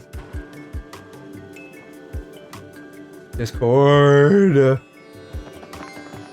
I don't know if, you know, is stream still hearing the game? Oh, stream is buffering right now. Okay, I got it fixed. Whenever I connect my headphones, it gives me two sound things, headphones and headset, and I clicked the wrong one. So that's why. Now everything should be all good. Okay. Anyway, as a helpful hint for like times like these when I'm stupid and am like not hearing people, if I like have you displayed on the stream, then that means I know you're there. If I don't, that means I don't know you're there. Oh. I was like, I'll wait a couple minutes, and then I'm like, I don't know. Because when I start stream, the like oogie thing, it just has like that, like I'm loading graphic, and so I typically turn it off. And then when someone joins, I'll turn it on. So yeah, sorry, I thought I was giving you the cold shoulder, but hi. No, you're good. I figured it was some audio thing. But what's it called? Hello. The thing I was gonna say is, what did I say that I thought was heard? What was it? You said, About the numbers or before that? Oh, no, you said sheesh like a few times, and I was Oh. like, I heard sheesh, and I was summoned. And, because you couldn't hear me, I was like, hold on, that one normally kills. Let me try it again, and then I said the same bit again. Aw. No, it was funny. No, I promise I would never just like purposefully ignore. Like if that's why I'm in here. Like for people to show up, not for me to have people show up and then ignore them. Again, don't don't sweat it. It's funny. What was I gonna say? Oh yeah, and then you were talking about the number thing. Yeah. Oh my god, he busted in my face. Damn, who's busting in your face? I assume you're playing Elden Ring, because I saw you were playing Elden Ring for like 5 hours or something. I am. Alright, well, you don't need to call out how long I was playing it. Yeah. Ooh, it's bone-in time. I am playing Elden Ring. I'm getting pretty far. I got some of the weapons I really wanted. Nice. Which is like a lot of what I was doing off stream, though turns out I progressed a ton of the story too. But that's fine, because I'm probably going to do New Game Plus anyways on stream. Aru, he's Richard Nixon. Oh my god. He's a furry. Not Richard Nixon. Well, maybe he is, I don't know. Considering how he just like hates everybody, probably not. But that would be really funny if he was. Maybe he's a furry for like an animal that hates people. Well, or it could just be like internalized homophobia type shit, like internalized hating everybody. It could be. What was I gonna say? Oh yeah, the fear of numbers thing. There are certain fears of certain numbers, but I don't know about statistics or numbers in general that have like fears. Is that like a synesthesia thing, or would that be something else? Well, remind me, what's synesthesia? Synesthesia is like when you're like, oh, 5 is red. Like you just have these associations of like numbers being a color or having like a sound with them or something, like things that are not tangible or commonly understood in any way, but it's like an immutable fact to you specifically. Oh, like the people like saying something like history textbooks are supposed to be red or something. Yeah, that might be like a mild form of synesthesia. I'm talking about this like it's a specific to numbers thing. I don't know if that's true. I've just heard it talked about in relation to numbers. I mean, I know there's certain phobias for certain numbers. Like for example, I only know this because of a magic card with this name, but there's a certain name of a fear that it's way too long for me to remember. But it's a fear of the number 13. It's a fear of the number 13, and I only know it because of that one magic card that's like, if you have 13 cards in your hand exactly, you win the game. And then I know there's a fear of the number 4 because of JoJo's. What in JoJo's? Mista from Part 5, he hates the number 4. Oh. Or he has an intense fear of it. You know that's just a thing in Japan, right? No, I mean, it's a thing in a lot of Asian countries in general, but it is still a phobia. There's a difference between being superstitious and it being, like, a general... Yes, it is just a superstition in Japan, not a phobia. Yeah, but I would argue sounds like Mista... the word for death. Right, but I would argue for Mista, it's a phobia. Sure. As usual, I don't remember the finer details of JoJo's well enough. It's to the point where his stand, Sex Pistols, he doesn't have like a 4 bullet on his stand.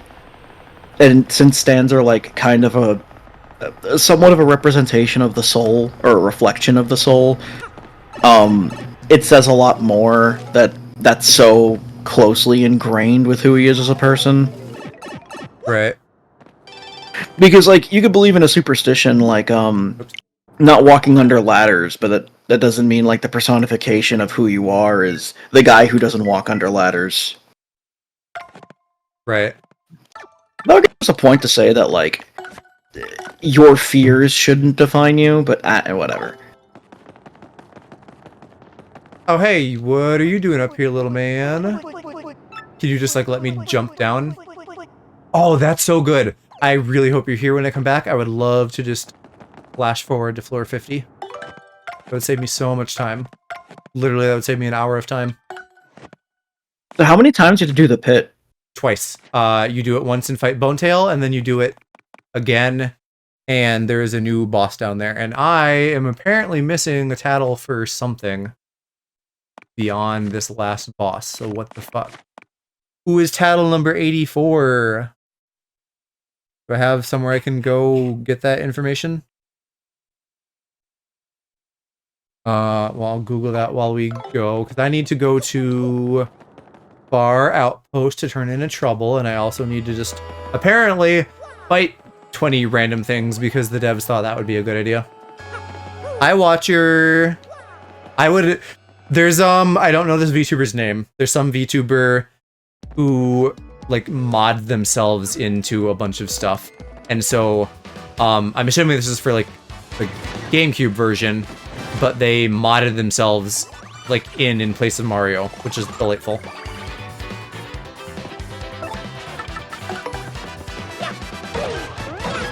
How are you doing tonight, Watcher? Lovely, I hope.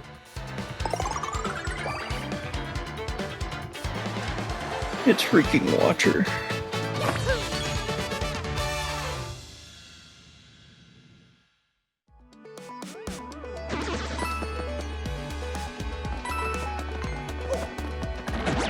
How dare you hurt me? I think it's been a trend as soon as the remake came about. In fact, lots of paper PNG tubers.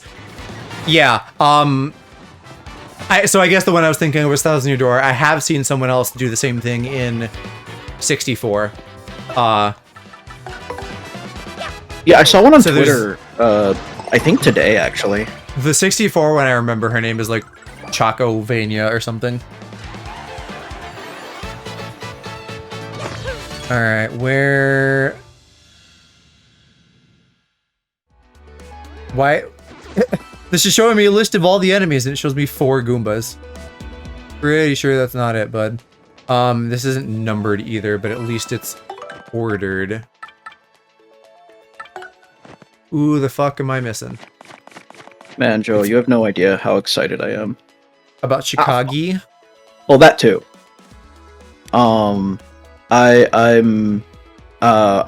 They're releasing a lot more information on Monster Hunter Wilds, and I'm creaming. Ah, I haven't heard any like new stuff, but I think I will play that. Oh, did I not scan both Iron Cleft Bros? That's stupid. Some of the weapon types that people have had long-standing issues with, they're like making better and more fun to play. That's awesome. If you're an artist and knowing a modder, you can do these things. After all, this is like a spreadsheet of art. Yeah, I'd love to do that kind of stuff eventually. That's not something I necessarily have the time or resources or know how to right this moment, but like you said, it's an artist thing, so it'd be neat and fun.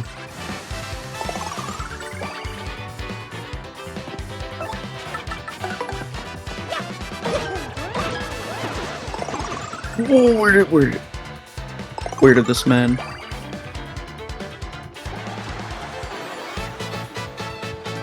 But yeah, they, for example, Lance is a thing that people have had issues with for a while because it's always been like, oh, Lance is kind of boring. Except for Gun Lance. Actually, no, I'm the only one that really likes Gun Lance. Most people don't really give a shit about Gun Lance. Having never played one, Gun Lance sounds like something I could see myself doing because I tend to not be just like a smack with big thing type guy, with the notable exception being Ito in Genshin is my main. Although at this point, I feel like it's half Wanderer. Anyway, something like gun lance sounds cooler than just hitting with big thing. So like, Okay. maybe I'd play gun lance. I don't know. But also, so- because this is like, gonna be a group thing, I'm sure we'll strategize a bit about like who does what weapon. yeah, I mean the thing is, you can play solo with any weapon. Like there is a support weapon per se, but like it still does damage on its own. Because Capcom kind of understands it's like, oh yeah, some people, like we need to have the single player actually functional in this. There's I would argue, okay, so here's the thing with Gunlance. Gunlance is just Lance, but it's got Ruby rules to it that has a gun in it. And I mean, that's a really strong sell right there. Yeah, it's very fun. I dig Gunlance. I know teeny bits, but I've never played it. Probably my main exposure has been watching the Grumps play a bit of it back in the day. And then more recently with this group of friends, like both Park and Hershey, and also Go, all three of them have been like, hey, bitch, play it. Oh man, it's so fucking fun. But so the difference between gun lance and regular lance is that other than, you know, the obvious like gun aspect of it, regular lance, its advantage is that you also get like a shield typically. That's cool. That feels like knight or paladin-ish. Yeah. For the most part, the only weapons I would say are like, yeah, big one solid hit to them, or like going for big smack damage, is great sword and hammer, and I main hammer, so you already don't have to worry about that kind of coverage. I fucking love playing hammer. Just be boring, charge blade and insect glaive. Without knowing how things play, insect glaive also feels kind of like extra and cool. So I could see myself doing that potentially. Whoa, Watcher. Let's not discharge. I don't even know what charge blade is. Is that just like is that where you like draw it like a samurai sword or something? Wait. Oh no. Hold on. I'm sorry. We can discharge blade. I'm mistaking charge blade with switch axe. STFU bomb boy. Wow, I can't believe I had to scan both of these fuckers. That's stupid. At least it's an easy fix. No. Listen, I took it back. We can talk shit on charge blade. I was thinking of switch axe. Switch axes are really cool. Switch axe. I do like switching. The concept of switch axe is also really sick. In that it is a sword that can switch into an axe. That is cool. And you can work switching from one to the other mid combo. Actually, you're very heavily encouraged to switch from one to the other mid combo. And it's a very fun weapon. That's the other thing. I don't think I would say any weapon in Monster Hunter is like boring. And the only weapon I would legitimately talk shit about, and it's not even because the weapon is lame, it's just more of like it's a weeb choice, is what is it called? Was it longsword? Weeb choice also feels like something I could do. I could probably be pretty happy with most of the weapons, because like you're saying, I feel like they're all probably cool. Oh, I also like the bow guns. Bow guns are really fun. And they have like a ton of utility. Adding gun onto any weapon definitely makes it cooler. Again, by Ruby rules. Yeah. So the thing is with bow guns is they're just guns. Okay. Like you are playing a different game. Okay. And I mean, I kind of do that sometimes, because like in any Souls game that's not melee restricted, like Bloodborne and Sekiro, I go for the range, and so I'm not like parrying and shit. Yeah, no, that's the thing, is that close range. Oh, I should sleep in the bed. You still have some moves close range. Bro, stop busting in my face, bro. Stupid ass plan. You gotta expect that. It's a level up Joe stream. Oh, well, are you fighting the plant in the DLC? No, I'm at like the tree, not the Erd tree, the other Erd tree after you go to the giant land. You're very right. Busting makes me feel good. That, I mean, yeah, but like, stop doing it on me. Busting makes me feel like I just got a job offer and like my 401k is doing really good. That's what CEOs feel like. Probably. Oh yeah, you know what? Yeah, that probably is true. They just like see their stocks go up by like $10,000 and they're like, oh, fuck.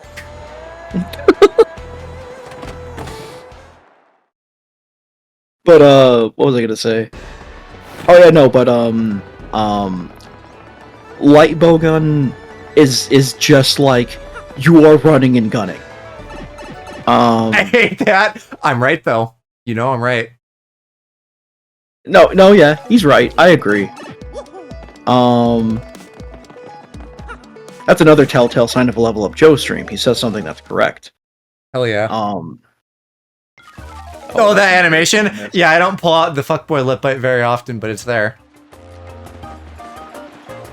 I want to get like better, like train my tracking to be better so that I can actually like mimic some facial expressions. Cause like I have like, oh, I'm shocked. And that could just be reading my actual face, but I have it on a button. I hate it here.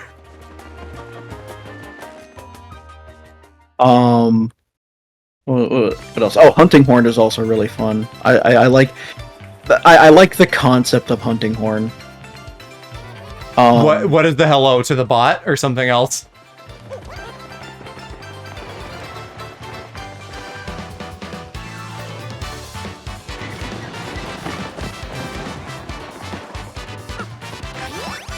The bot, okay. Oh, the bot.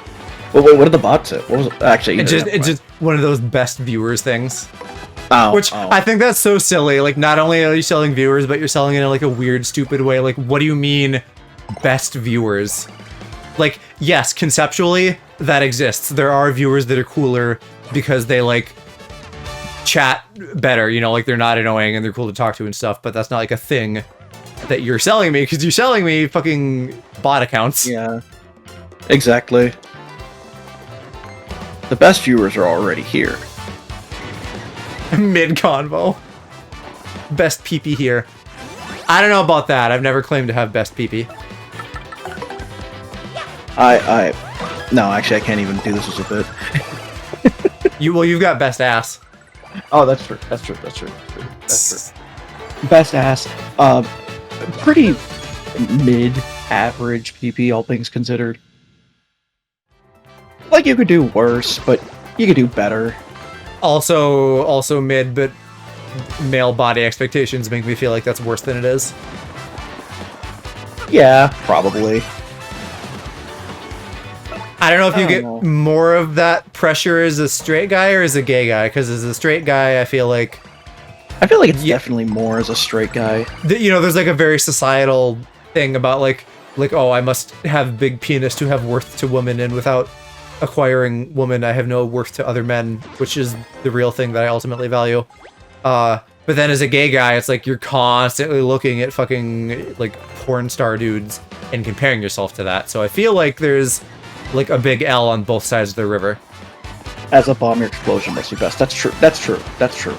Well, to be fair, I'm not like comparing my explosions to other people's. I feel like that's a little not body positive. But in my opinion, I think they're pretty decent. What was I gonna say? Oh yeah, no, but I think it is more for straight dudes, because and here's the thing. This is the thing that's always confused me about like body shaming in general, but especially for like dicks, is like, why do straight dudes care about another straight dude's penis? Oh, because straight guys are gay. We've been over this many times. Like, that's the part that blows my mind. Like, why do you care? Like, I could understand a straight woman, maybe, caring, and yeah, whatever, that's fine. I can at least somewhat rationalize that as being scummy, but, like, ultimately reasonable in a sense. And, bro, stop hitting me from the back. I'm going to murder your family. I think you have to remember that you are, like, you're not a straight guy TM. You're like a regular human being, so you don't live in this like toxic cloud of masculinity that a lot of people do. But Joe, we don't need to be doing the one of the good ones thing, please. No, but actually, like, this isn't just a youth. Like, they're No, I know. I'm just doing gay guys are shitty too in different ways. Like, you can't live your life peacocking for the approval of other people. Like, oh yeah, no, exactly. If you like find a woman and you both make each other happy, then like great. It's not going to be some like weird trophy thing that you're showing off to other guys. But like, I mean, it can be if it's so that kind of relationship. So many guys do shit like that, where it's just all about like social currency and like making up for whatever fucking childhood traumas you have by being like, hey, look at the rack on my wife, I hate her. Like, okay, it's crazy how in anime flat chest is jealous of bigger booba, but we don't see the boy aspect. No, you kind of do sometimes. It's usually in like a bathhouse episode where. Speaking of big booba, hi Nova, hello Shoal. Like, hello. You came in the perfect time. We're having a very mature conversation. So in bathhouse, it's not telling me what you played. What did you play tonight? Yeah, we're talking about PP envy. Yeah, like in bathhouse episodes, they'll have one dude look at another dude's penis and be like, "Oh man, this is so fucking girthy and juicy and." I'm so tempted to knock on your stream just to annoy you. What does that mean? Saying hi, you're a delight. Why would I be annoyed? What was I gonna say? But no, it does exist. It's definitely more prevalent for women, though. But that's just because, you know, caring about penis size. You mean? Well, no, I'm not talking about lady penis. I'm talking about like. No, but just what is the thing that's more prevalent? Body expectations. Yes, like, definitely. Oh, the person who is like smaller in some area, like women with boobs or something. Mm-hmm. Like the flat-chested character will be like more jealous of like the fatter tittied character. Right, sure. Wendy from Fairy Tail at any of the older developed women. Yeah, that kind of bothered me a lot. I mean, I feel like Fairy Tail is not too bad because I don't know. They're not. Wendy doesn't do that, and they don't like use that as an opportunity to like sexualize her, or at least not the way I'm remembering it. It's more like I don't know. I don't think that's crazy for a younger girl to be like, damn, I want big boobs, because you're young. You see older, well-developed people, and you have that thought. Yeah, you know, I probably just have a harder. I probably just had that initial reaction to it because I couldn't really understand it. Oops, Shoal is here. Hi, Sarah. Whoa, what was I gonna? No, but I was gonna make a point here. Sorry. No. I'm not talking about you. I'm frustrated at myself because my mind keeps slipping. You're talking about like the built-in collab feature shit. Yeah, I got some like pop-up about that today on Twitch. I haven't ever used any of those, but I mean, I do enough stuff with friends where we're all streaming at the same time that it might be worth it. I don't know if we can squad stream because I don't have affiliate turned on, but like in theory, some of the built-in stuff could be good, and then people don't have to go to like multi. Hi, Shiro. Well, we beat the game. Mama beat the game, so now I'm doing pit stuff, but I have to like run around to make Wacka spawn.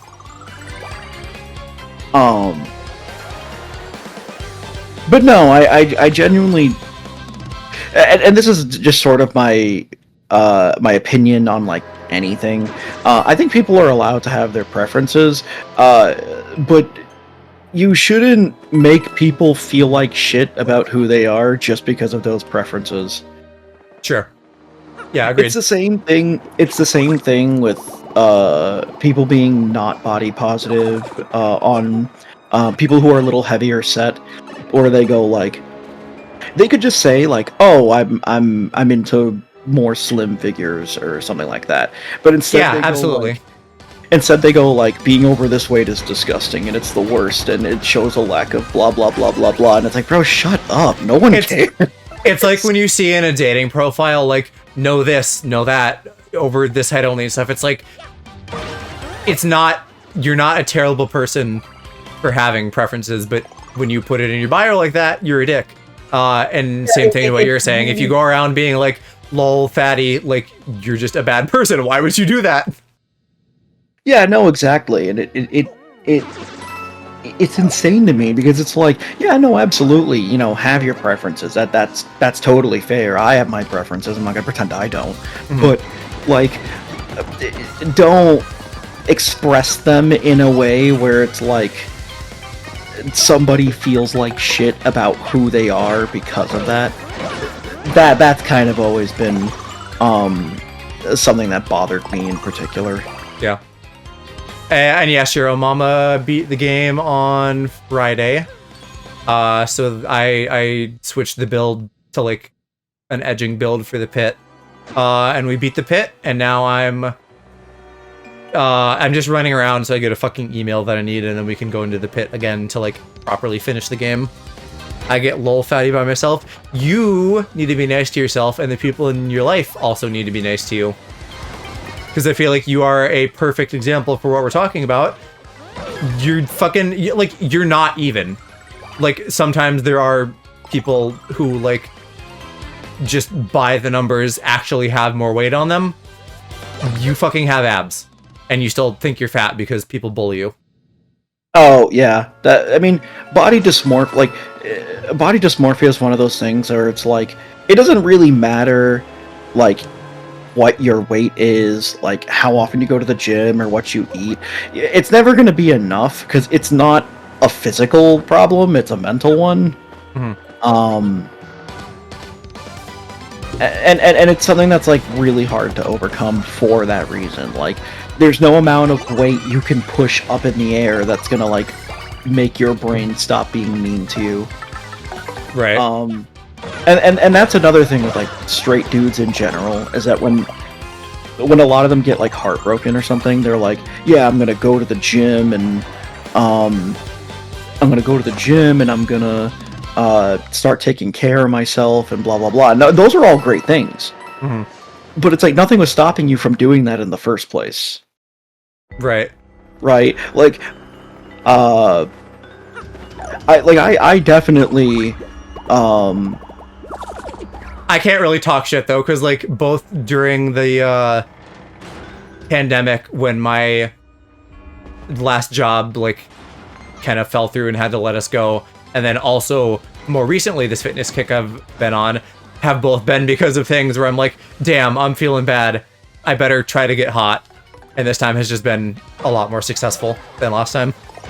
Yeah, and the thing is, I understand the other end of the argument too, of people being like, oh well, you know, you should already be comfortable with like who you are right now, and you shouldn't have to work out. But it's like, well, if I want to look a certain way, saying you should be comfortable with who you are right now, that like, just don't be depressed. It's so easy. That's such a like, terrible nothing statement. That's true. That's kind of what I'm getting at, is that this kind of has two extremes to it, of like, you could sort of be like, oh, okay, well, you should be okay with, you know, how you look in like a given situation, but there isn't anything wrong with like wanting to change certain things about yourself. Like, for example, tattoos are a really good example of this. You could make the argument of like, oh well, why do you want a tattoo? What's wrong with how you are now? And the answer is, I think I would look cooler. Yeah, I don't have Medusa's snake tattoos from Soul Eater on my arms. That's what's wrong with me right now. Yeah, sure, I'm fine with how I look now, but like, wouldn't it be awesome if I got a Kingdom Hearts tattoo? Which, funny enough, that's like Kingdom Hearts is like the IP I know the most people with tattoos from. You gotta get a Kingdom Hearts tramp stamp, and then it says Kingdom Hearts. No, I don't know if I will get a tattoo, but maybe someday. I don't know if anyone is actively bullying Hershey right now, Shiro. I think this is a more general discussion. Oh no one's bullying me. I mean, well, okay, no, people are bullying me. Let me dodge that one for a second. But nobody, like, this isn't about me getting bullied. This is more so like we were just kind of on this topic anyways. I don't remember what started this topic actually, but I don't either. We were talking about Monster Hunter, and then it randomly went to penis envy. Yeah, Monster Hunter, penis envy, body positivity, the natural progression of a conversation. And Lycos, to your point too, yes, weight is 100% just a number. Like, I don't know, people can get in the head about it. I will say that I am very focused on my weight right now, but in the sense of like, it is an easy, visible metric of progress for me when I think in general noticing changes in your body is hard, and I think it may be especially bad at that. So if I see like, you know, day to day, there's for sure fluctuations, but when I look and I'm like, okay, I'm still trending, even if it's like faster or slower, then I know like, cool, I'm still making progress. Yeah, like for example, I'm a reason I've been on, I wouldn't say like a massive health kick, but just like a slight health kick, is because currently my shirt size is an XL, and it's easier to find clothes when they're like a medium or a large, so I want to go back down to that size. Sure. Very practical. I am gonna eat like such a pig in Chicago, though. You guys aren't gonna believe that I've been like dieting for a year. No, you better, because there's a lot of really good food here. That's one of the things I will, as many things I dislike about Chicago, I can't get mad about the food. The food is fucking banger. Yeah, good. Then I'm in for a great time.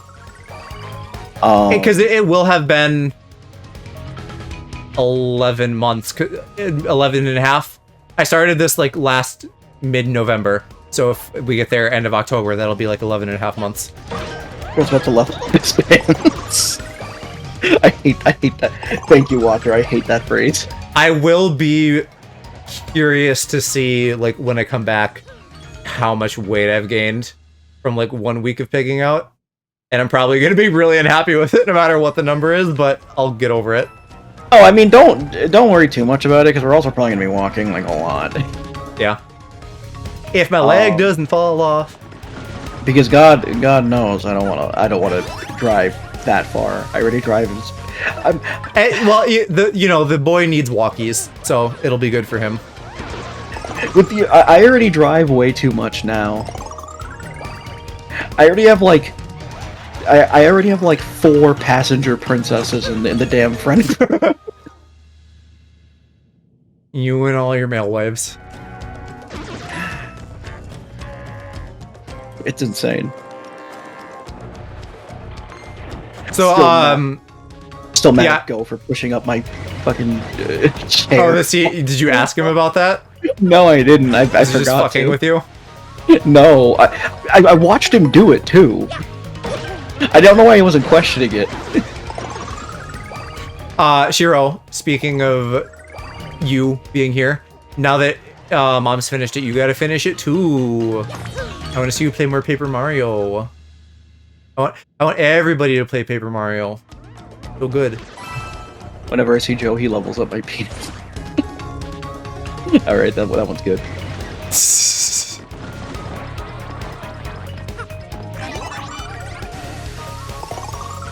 I know, I've been busy, yeah.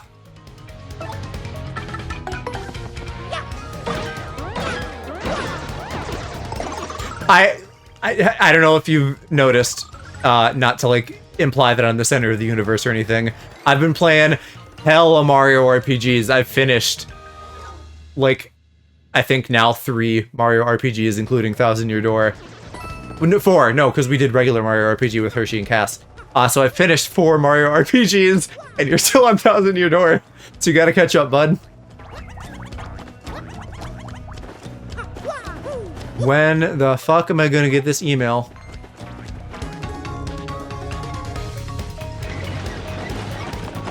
This is the kind of thing I hate. There isn't like a definitive answer online for how to trigger Wacka's email. It's just like, yeah, I don't know. You have to do these things and then it'll just show up at some point. And it's like, is it time? Is it moving between screens? Is it killing a number of enemies? I don't know. Ain't no way you throw in shade. I mean, really, I'm just admitting to being a crazy person and playing too much Mario RPGs and also streaming too much. But at least for the people who don't give a fuck about Mario RPGs, I'll also be starting Star Wars Outlaws next week, and then there will be a slew of new games coming out that I will try to juggle with Mario RPGs and also Halloween-y stuff. You said weenie. Nova, you're so based for bringing Level Up Joe into your bed, as I should be. Joe, you're gonna love Origami King. There's so much story and silly things. Oh, I've played all the other Paper Marios. We're just doing the Mario and Luigi series because I didn't play those. So, yeah, no Origami King, unfortunately. I do not intend on replaying Sticker Star, Color Splash, or Origami King, which was mildly better than the other two, but still not great. Paper Mario 64 and Super Paper Mario are on the table at some point for like me to play or me to just like shove it in mom's face or something and be like, here, play this. I still have not played any of the Paper Marios. I thought you had played this one. You're just Nope. familiar with it, I guess, but you haven't played it. No, I'm just familiar with it. Bruh, I ran right into that dude's mouth.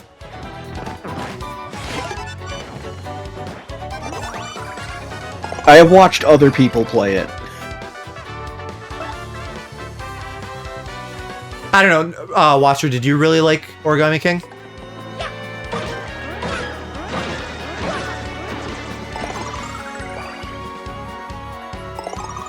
The like story and partners in air quotes and all that, you know, it was like a step up from the recent ones, but not up to snuff with the classics.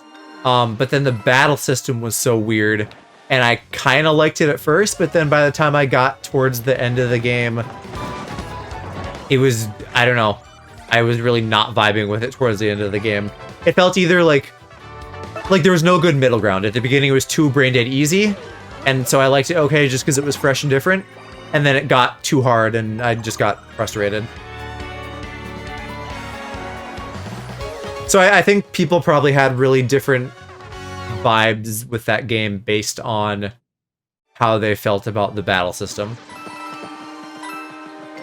Because I feel like if you like it, it's a cool little puzzle thing that's pretty unique, but it just got to be icky for me. Oh, with Origami King? Yeah, do you know how that works? Like the weird kind of circle thing? Yeah, I was watching a friend of mine play it. I don't think I would personally be into it. The game looks visually good, though. I mean, that's something that I've never had an issue with. They all look really good. And you know about, like, the Mario mandates stuff, right? And, like, how they got bad? That in a rare Miyamoto L, he just said, like, stop doing anything unique and keep it to, like, Mario basics. And so... I have heard of that, yeah. We ended up with games where it's just, like, there's Mario and Bowser and a lot of Toads and not much else. Yeah, I did hear about that. I do know one of them has a bomb companion, though, and I do dig that, for obvious reasons. Kind of. In Origami King, there are some, like, kind of companions that are with you for a little bit, but you don't keep any of them. They don't factor into the battle at all. And ultimately, they're still just generic characters, so you have, like, generic Babam versus, like, Bobbery in this. The puzzle mechanic is on par with Catherine Bach puzzles. Oh, okay. Oh, okay. I've never played Catherine. I don't know. I'm loosely familiar with the box thing in that, but I don't know how I'd like it or not. I know. I watched. That's another game I've watched people play, and I'm like, this looks fun.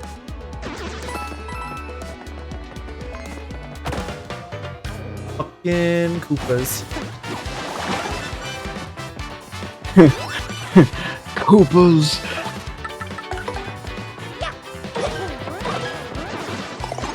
Better Here, a few years ago, they added a third Catherine. She has a Q in her name. Catherine. Oh yeah, I do remember that in the remake or the remaster. I don't know what you'd call that, but the redid thing. Yeah, just the re. Yeah, Catherine recoded or whatever. 358 Catherines over 2. Yeah, 358 over 2 Catherines. Watcher, you know things. How the fuck do I get Wacka to email me?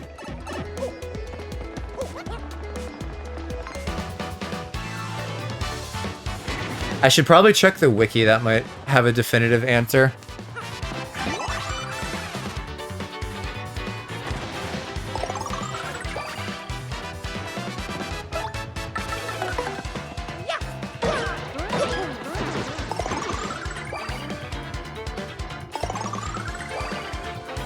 Okay, 1,000-year door. Blah, blah, blah. After specific criteria are met for him to appear, I need to have completed the pit, yes. And hit Wacka enough times, yes. After waiting around 30 minutes of in-game time, then go back to Rogueport. Okay, well that sucks. I hate that. Yeah, after you wait 30 minutes. Because, I mean, it's not like this is something that's going to happen through natural... Let me rephrase that.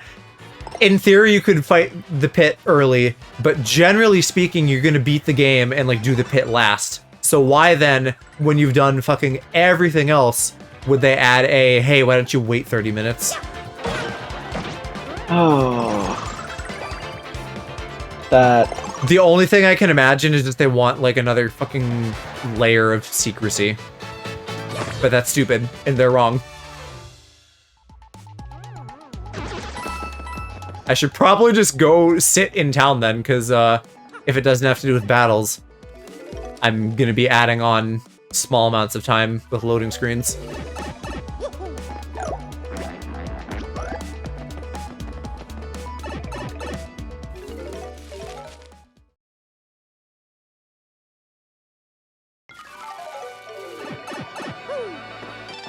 Yes, okay, good. I was hoping it would show up immediately when I got up here. That's good. There's a... Oh, I thought it said foul creature. No, fabled creature. So now... we can just go back to the pit, and I can skip the first 50 floors if that dude's still there, and that'll make me happy as a clam. And then we'll have actually 100% of this yippee. You know, I like that saying. I like to think clams are content. I wonder why that is a saying. Maybe it's because they have, like, a natural grimace.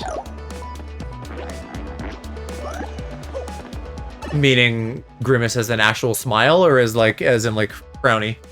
No, as in like the purple fucker. I don't. What does grimace actually mean? Does grimace mean smile, or does grimace mean like? Because I always thought it was like an upside down, like a frowny. But I guess just looking at grimace from McDonald's, I guess a smile would make more sense. Oh, Grimace shakes? Does he really? Oh, I can't believe I failed that paper airplane! It's the elongated smile, which people see as a smile out of positivity. I think I flubbed speaking that, but I understand. Because, I don't know, I swear, like, when I was younger, I would read books where Grimace would be, like a grin and bear it kind of thing, and maybe that's what it is. Like, maybe you are literally smiling, but you're not literally happy. Good, he is still here, yes. I will happily pay your 300 coins to skip 50 floors.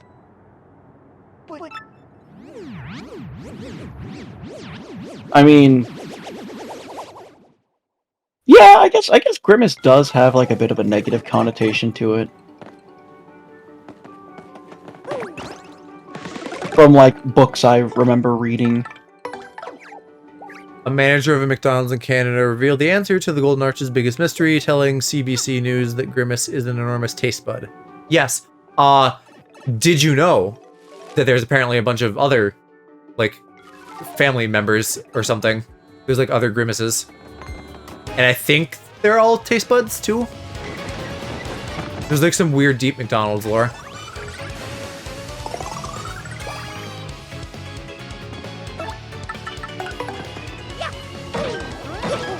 You know, why is Grimace a taste bud if he's purple? I mean, they might have just needed to like pick a color for color balance. Maybe. All I know is I don't trust that Hamburglar fellow. Got a burger. Sounds so good. I don't like how he burglars my freaking hams. I mean, again, they're so valuable and top tier. Who wouldn't want to burgle them? Yeah, that's true. Don't they know that those are for, you know... Gay sex? Yeah, no. Yeah, he said yes! He said yes! No. Got him! Damn it. I've been level up Joed. King Gonga is Grimace's brother. I didn't know he was royalty, wow.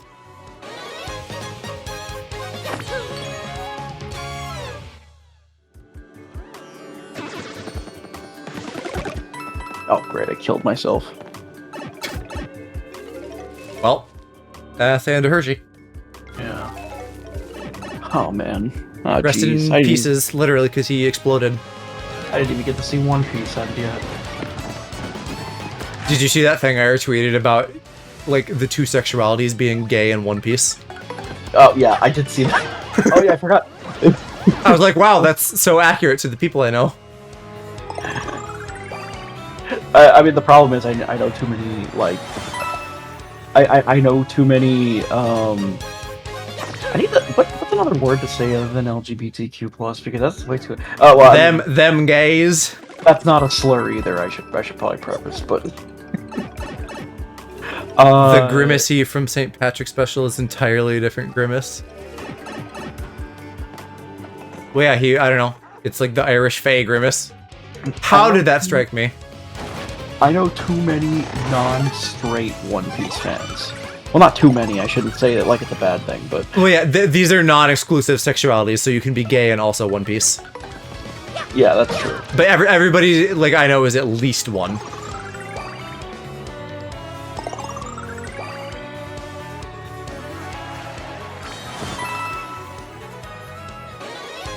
Man. Woman. Don't scare me. Well, I was at a point I wanted to talk about. Oh, yeah.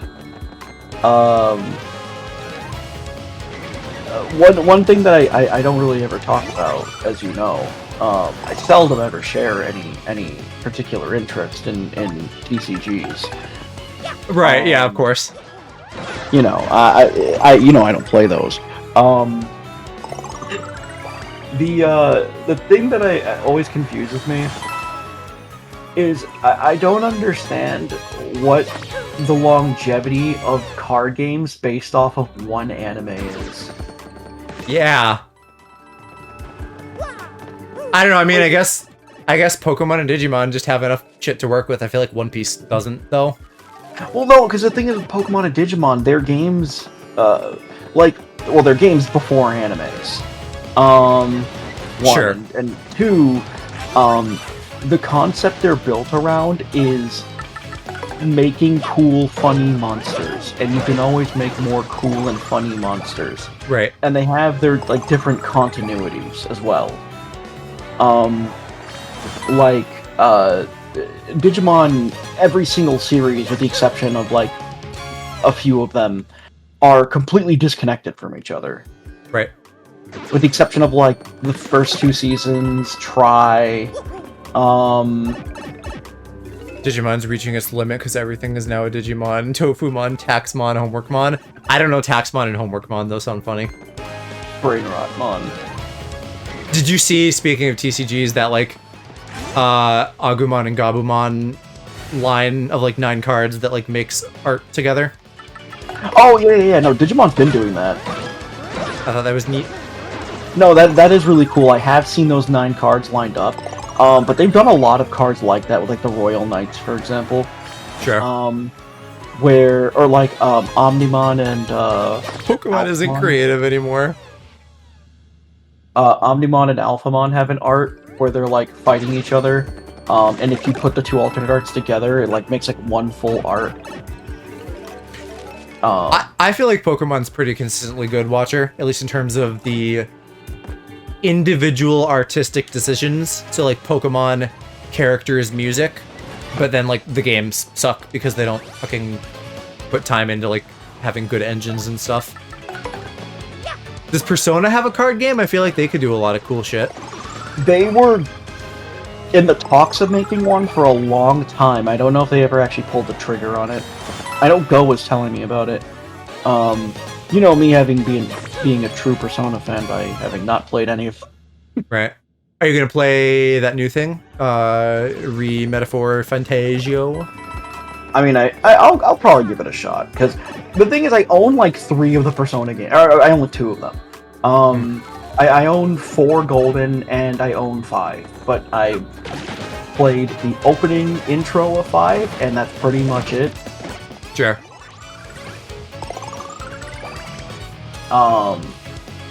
But no, the thing is, like, Digimon and Pokemon have like infinite things to draw on, because when they run out, they just go, okay, making more. But right. like, My Hero's a good example of this. The manga of My Hero just ended. Yep. What does the card game do now? Like, what do you do for it? I see. Hypothetically, anything with like a power set like My Hero or One Piece where you can kind of fucking do anything, they could just make shit up. And I feel like that would give them a lot of like runway to do things, but they also won't, or / they won't be allowed to. But you're also gonna run out, even when you make things up, like for a series like that, because eventually you're gonna get more fake things than real ones. Sure. Just DBZ it. DBZ feels like that to me, because there was that anime thing that like promoted the whatever battler machine that just finally ended after they did like 1 season of like weird CG instead of animation. Anyway, there's like all kinds of random characters and shit that shows up in that are from like, I guess, the MMO and shit like that. It feels like there's way more Dragon Ball outside of the anime at this point, and I know like none of it. Yeah, which is funny because the Dragon Ball TCG just got a fucking reboot. Though I don't know anyone that plays it personally. I know one guy that plays it, but I don't know if it's good.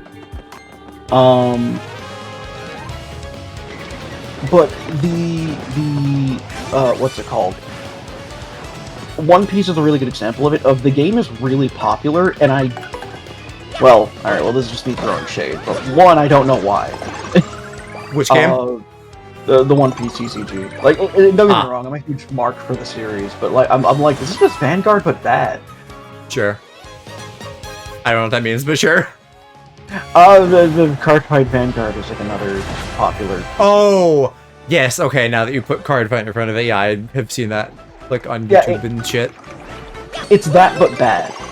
That feels like Raid Shadow Legends to me. Like, I've never heard it. You're the first person I've ever heard talk about it, and I just see it like was it made by YouTube or something? What, Vanguard? Yeah. No. It's made by I don't know. A company called Bushy Road, who I like to call Bushy Road. Damn, I died. I guess it's just because I've seen so many ads for it that it feels very like, hey, pay attention to me. No, it's pretty decent. I have a lot of friends that play it, but I do have my own beef with Vanguard, and that game reboots like every 4 years, and it's like, bro, come on. Watcher, I am possibly excited for Sparking Zero. I might play that. That looks really good. And I've not played many Dragon Ball games, to be fair. I touched like one of the old PS2 ones. I played Xenoverse, and then Xenoverse 2 came out, and I was like, I don't need to do that again. But now I might play Sparking Zero.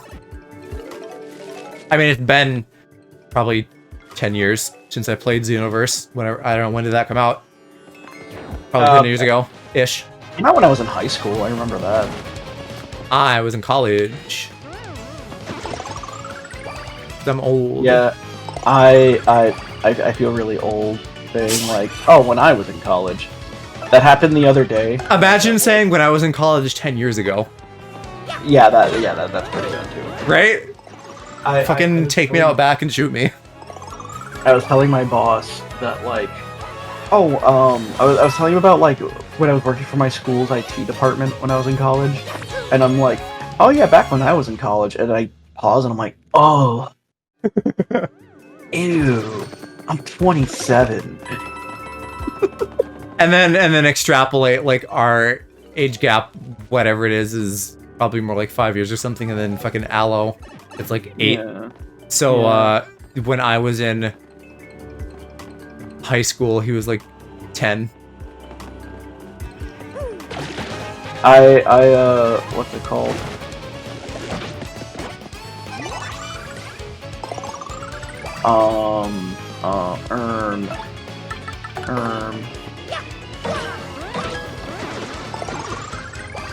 Do you ever... Okay, this might be really hyper-specific to me. Anyone else who knows Aloe, feel free to chime in, but just because he is, like, team little brother, and he's such a little guy and stuff, do you ever have the impulse of, like, I wish I knew him when he was younger so I could just, like, spoil him and, like, buy him an ice cream? Little bro-coded. Yeah. Because I have that thought all the time. I wish I could, like... And, you know, because he got bullied and stuff when he was younger, I wish I could have just, like, been nice to him when he was little to, like, offset some of that. I mean, yeah, but that's kind of just a thing for friends in general. I had a really shitty time when I was a youngin', and I'm sure if I had a lot of the friends I have now, I would be a lot better off in life. But ultimately, if you guys are like almost 30, I might be somewhere around there, and Hershey might be a little bit lower. Well, I'm 27. I just turned 27, like a month or two ago. Okay, I'm weirdly cagey about my age, so I'm not gonna say exactly. No, I felt like an old man for many years now. I felt like an old man before I turned 18, bro. I felt like I did not feel like an old man until I started streaming and hanging out with, like, Alex and stuff, and now I feel old constantly. I do 29 tomorrow, but people assume I'm in high school still. Like, because of your looks? Because that's a compliment, if so. No, I could see how that would be very annoying. I mean, the grass is always greener, right? It sounds nice to me. I'm sure it's fucking annoying if you deal with that every day.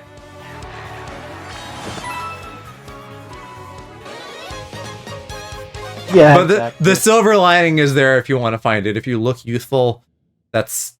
Obviously, there's some good parts about that. It's like how a lot of people will complain about like not having facial hair. Yeah. And I've got like a full fucking set beard, and it annoys the shit out of me a ton. I'm less annoyed by mine and more apathetic. Like, I will probably shave and try to be presentable for Chicago. Yeah, I'm sorry, I'm not shaving my face. I look like... Oh, fuck. Light streams, I forgot. Layer. Well, again, for you want it. For me, it's apathy, and that's the only reason I have it.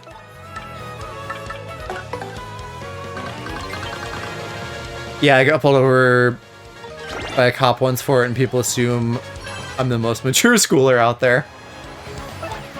Especially like getting carded and stuff, that would be annoying. That's insane. I remember when I was like 13, I was able to pass for 18. I can imagine that, yeah, with you as like a fully bearded man. Yeah. You probably looked older from a young age. I also hit puberty really early. And it also doesn't help that like Middle Eastern men can grow that shit real easy. Well, so most of them. I should say most of them. A lot of them can't. Sure. But Joe, full bearded man. Oh yeah, yeah, I know. My VTuber doesn't have any hair, but I'm just like, Oh wait, full breaded. I wish I was made out of bread. I always describe myself as like Jesus, but scruffy. Oh, like moist critical. Kind of, yeah. Honestly, that's the vibe, yeah. Damn it, that's crazy. Moist critical with glasses on. That's And crazy. my hair is like dirty blonde instead of brown. You're gonna tell me that after I said like if I had to fucking do it, it would be moist critical. Oh, I didn't know that you said that, but also I'm flattered.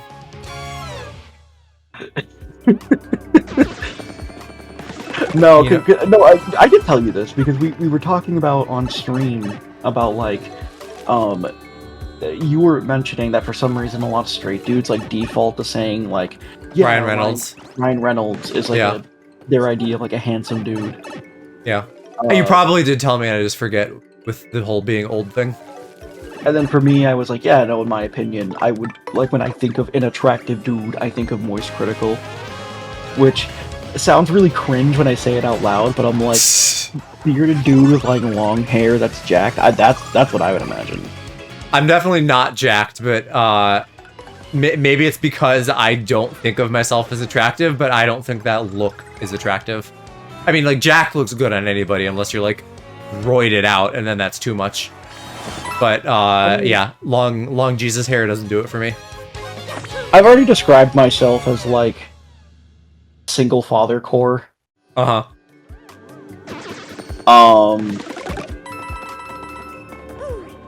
And what's it called? I really do, every time we're at a con with like me, Go, Cass, and Tutu and everything, Sure, you do not have a dad bod. I look like a sad single father, like carrying around his kids to give them like some bit of joy in their life. Somehow that triggered Siri. I was not asking you about your family tree, Siri, sorry. Siri, why'd she take the kids?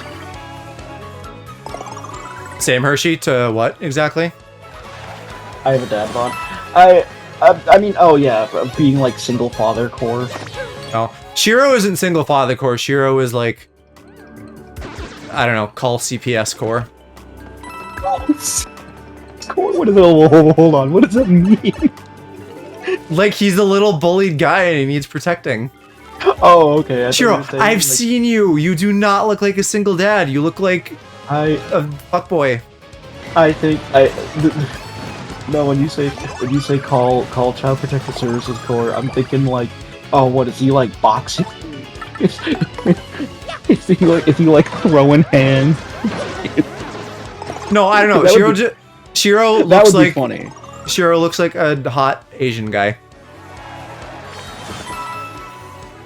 Well, that's just all my Asian homies. They're typically pretty attractive looking people. They take care of themselves. You ever see Tutu? That man's handsome as fuck. I have not seen Tutu, but I would believe it. I'd hit. I've offered. I'm still waiting to see what Go looks like, because the way you guys have described him, I feel like I could be into him. Go is such a Go looks like the looks like a quintessential fuckboy. It's insane.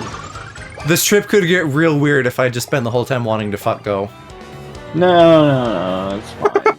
No, it's fine. Go ahead. No, it's fine. Listen.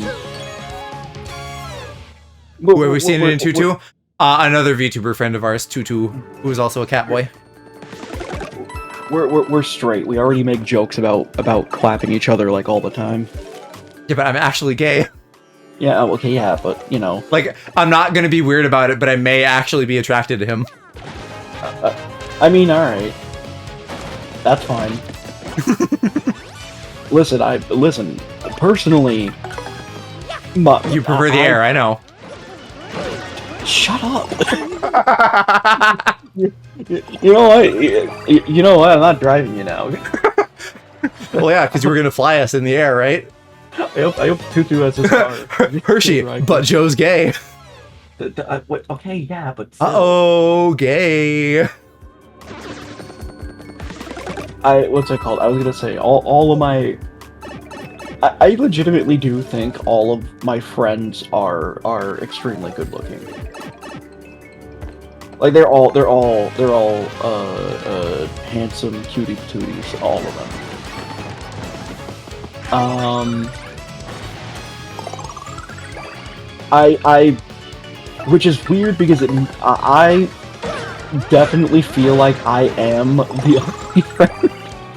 See, I'm gonna feel that way too. I think that's just like all of us having self-image issues and stuff. But not because I think I'm ugly. It's not because I think I'm ugly. It's because I think all my homies are just that handsome. I guarantee you everybody's gonna feel that way. Look at Aloe. I don't know if you've actually seen him or not besides the May Dress video. Yeah. But like he's like so fucking jailbaity, and yet he like thinks he's extremely mid.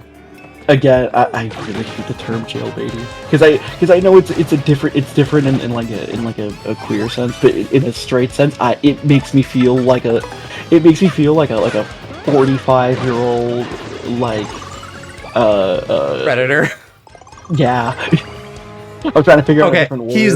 He's a very nubile, conventionally attractive, slim fellow with a British accent. He's got a lot going for him, but he's still just like, no. He's like a quintessential twink. Yes. Literally, I see so much like on Twitter and stuff. Like there's like an archetype of like a black-haired emo femboy catboy, and it's him to a T. It's exactly him. And me, I just look Arab. Like straight up. Like there's no discrepancy.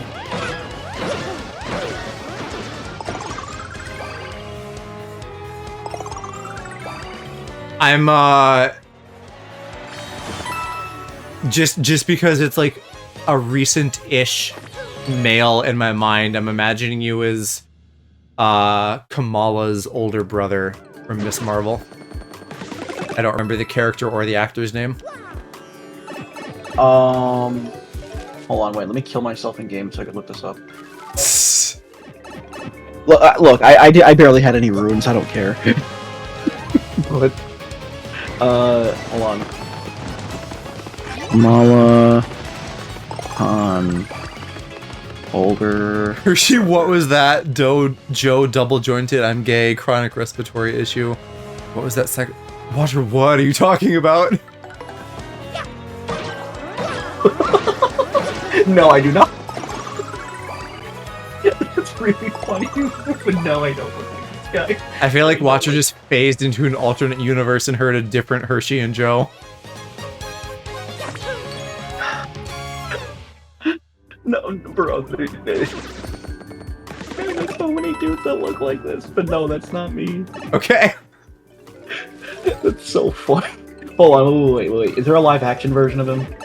Oh, yes. Yeah, specifically I'm talking about the live action because I haven't read many Marvel comics. Okay, I saw the comic version of him. I'm like, ain't no way. Send me the comic version. I want to know what you're thinking I think you look like. I thought you were saying like this. Hold on, can I copy it? No, whatever. I'll snipping tool this. A link is fine too. Whatever works. Oh, yeah, whatever. That probably works better.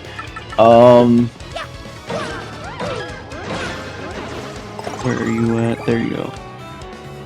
Oh, you're talking about this guy? Oh, you can actually see it in the thumb. No, yeah, no. The show version of him looks a little bit more contemporary. Oh, this guy looks good. All right, well, you know what? No, you know what? I'm Arab. I can say this. This guy looks like a dictator. What specifically? What does the dictator look? He's got like a full beard. He's got like a green button-up shirt. Oh, okay, that's just really unfortunate with that lighting, actually, now that I'm looking at it a little closer. I mean, you've also described yourself as full-bearded many times. No, my beard is full, but it's not like... I don't. But it's not dictator-ish. No, but I don't grow it out like that. Like, it covers my face, but I don't grow it like... To be fair, I'm also maybe remembering him with, like, a slightly less long beard. Like, between the show and the movie, he might have had a shorter beard at one point, but otherwise, that looks fairly close to how I'm remembering. And I don't think you wear glasses either, do you? I might. Do you? I mean, I usually wear contacts, but I'm wearing glasses right now because I wear glasses when I'm at home. And I wear contacts when I go out because I don't like how I look in glasses. And then I became okay with it during the pandemic because I didn't want to touch my eyes. Sure. And then I just slowly got used to it, and now I'm like, you know, why was I ever okay with this? And I went back to contacts.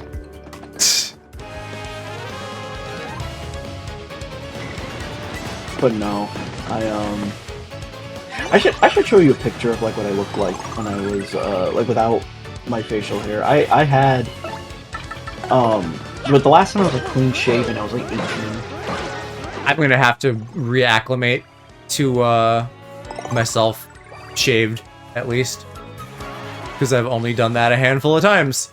So I mostly am just used to looking real scruffy.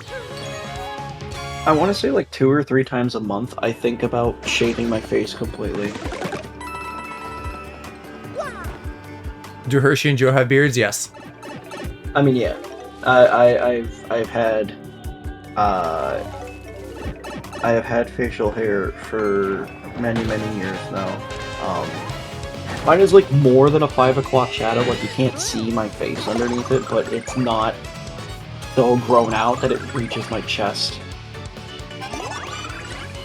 Mine is nowhere near my chest, but that almost dancing around 5 o'clock shadow, that almost makes it sound like my beard is like longer than yours. Might be. I don't like cutting mine long. I like keeping it like mostly short. Because when it gets really long, it becomes like harder to tame. I can't remember the last time I had a pedo stash. If you don't let it grow out, like little amounts of facial hair can be weird. And that's the other thing. I thought about like just having a mustache, like just only a mustache. But I feel like I would look terrible, like personally, especially since like not even just my look, but some of my fashion is just single father core. I feel like a closely shaven guy can be hot. Like I think for me, I'll probably end up going closely shaven rather than like trying to fully shave it off. Assuming I get my shit together at least a little bit and style myself. Which is the hope, but I'm also real bad at executing on stuff. I have like real executive dysfunction rather. Damn, so he wouldn't find me hot? Well, you hide your mouth, so that's maybe like the one part of you I haven't gotten a super good look at, but I feel like for your look, clean shaven works better. So I'm supporting you in your clean shavenness.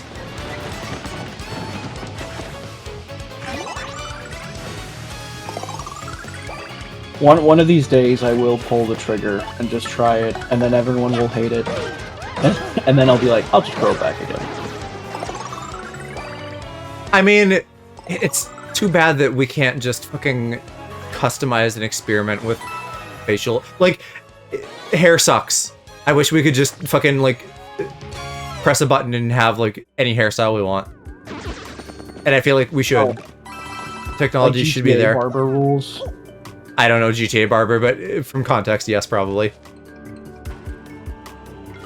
Yeah.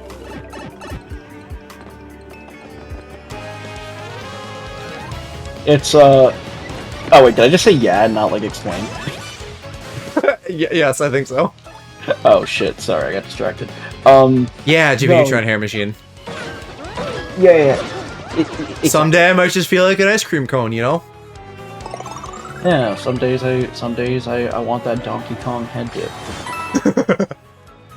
Some days I just want that Donkey Kong head. Alright, I'm done. I feel like a monkey mouth could give a good head. No, I don't want to have this conversation. They got like crazy, funky, prehensile lips. I don't want to have this conversation. You know what? Maybe this might be a little. You know, that might be homophobic. No. Fictional monkeys. Because I did say Candy Kong can get it, so maybe I am being a little homophobic here. Wow, yeah, I can't believe Hershey's literally homophobic. What, you can't? I can.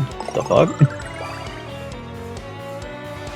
I'm not attracted to Donkey Kong, to be clear. I'm more just not bothered by the idea. Funky Kong maybe ever so slightly just because I am a sucker for a jock. Oh, I mistook. I was thinking of. I got mixed up between Funky Kong and Cranky Kong, and I'm like, No, not into gilfs. freaky ass Kong. At least they're honest. Imagine being a hidden homie. What is that, like someone pretending to be an ally? Well, okay, hold on. Let's get the bit heat. Super Hershey bomb? More like super homophobia. Oh yeah, that's true. Okay, that thanks.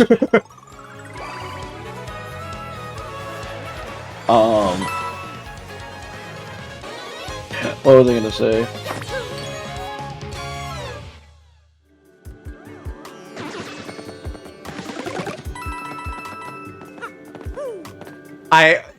Completely off topic. This is like the most on the most on autopilot I can remember being in a game recently. I've just been like doing the pit, literally not a thought in my head about the game I'm playing. My mind and my hands are like so disconnected. It's interesting. You know, that's how I feel while playing Minecraft a lot of the time. That's kind of why I like it. Is that you don't have to give too much thought to what you're doing, but it gives your hands something to do while you're just talking.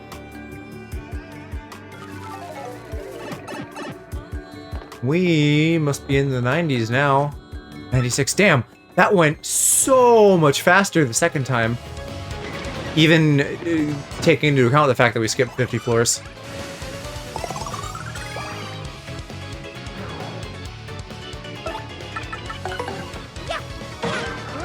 Chat, what's your favorite act of homophobia? Cite your source. Okay, actually, easy answer. Like, fuck a straight guy, and he, like, calls you slurs in bed. That could be hot. Huh. Or even no, but, like, again, with the whole, like, wanting to fuck jocks thing, like, there's a lot of situations I can imagine where, like, you know, I'm just, like, banging someone and they're, like, using the F slur, and I'm like, damn, call me slurs more. Fruity nerd. Pretty much. Getting clapped, looking a swirly. Well, not that. Back shot getting shoved in a locker. That, maybe. No, that's insane. In theory. In actuality, no, that would be very uncomfortable. But that's just a theory. A gay theory. I might actually have some time to do some Zenless tonight, which would be good because they put out the boobiest... Well, boobiest woman isn't actually pullable yet, but she is in the game. Is that, what's her name? Caesar? Or whatever? No, the rat woman. Oh, Jane Doe. Jane Doe. Jane Doe? I mean, that's pretty much everybody's reaction. Damn, let's just get 100 star points, why don't we? I guess the daisies are random.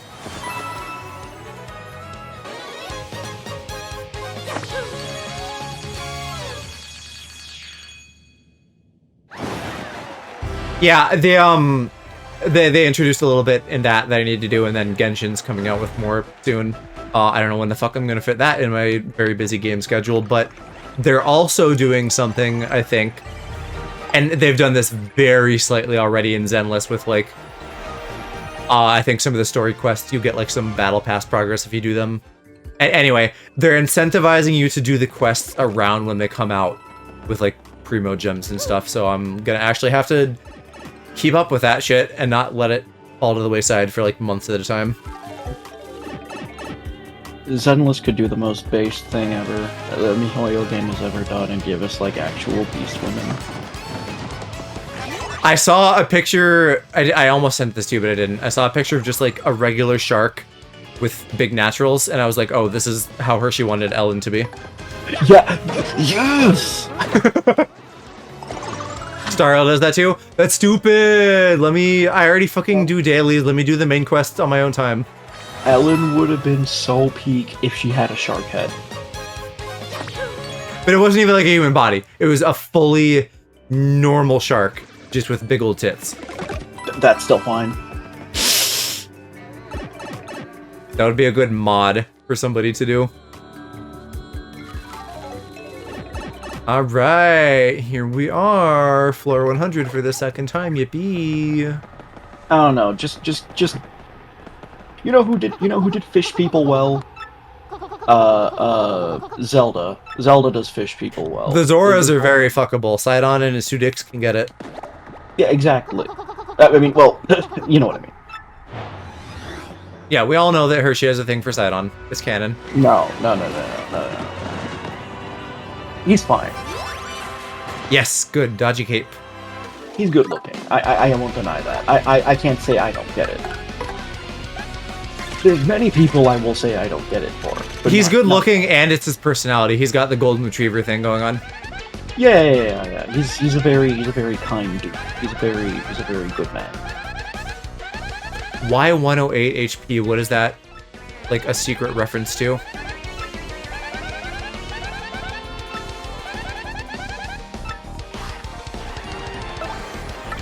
I maybe shouldn't have put Goombella in front, but oh well. Okay, no, he's easy. I just one-shot him. Never mind. Nothing in this stream can stand up to this build. Boss fights, I've never met one before. These are just enemies that I can kill.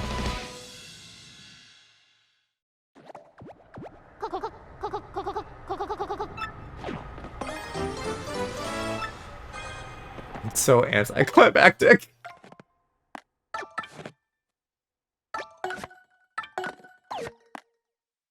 Alright, well, I should get an email when I go back up, and then we should have all the things in the game. Fighter, We'll do a little bit of Zenless. Zenless Zero, I hardly know her. Also, you know the Catboy, right? What's his name? Seth? I've heard of him. They, I guess, are really shipping him with, Jane. No, with Jane. Damn it. And in a very similar way to when I see, like, people ship Ito with Sarah instead of Goro, I actually get, like, heterophobia. And I'm like, ew, what do you mean? That's not how that ship goes. Listen, heterophobia is funny. I give you permission to do it. It's funny. 108 pertains to the number of earthly temptations one must overcome to achieve nirvana. That is as good of an explanation as any. It's like calling a man a slut. I give you permission because it's very funny. I think you should be allowed to do a crime if it's funny. If the crime is a little bit silly, it should be. Like, I don't know, it feels like they fundamentally misunderstood their own character. Because you can't make, like, a little fuckable Catboy who's also, like, a beta, and then be like, no, he likes women, though. Oh, okay, well, let's stop right there. There's plenty of beta straight men. But not, like, little fuckable twink Catboys. Little fuckable twink Catboys like men. You don't know that. They're wrong. What happened to Aloe? What do you mean? He's sleeping.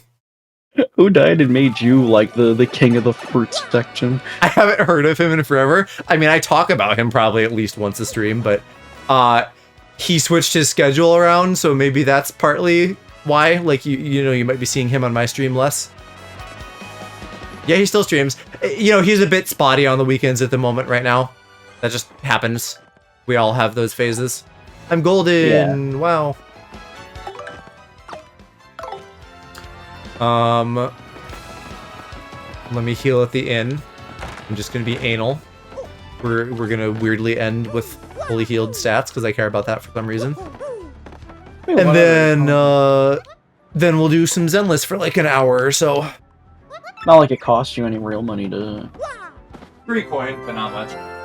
Oh yeah. Oh my god, bomb with a bandana. Truly peak design.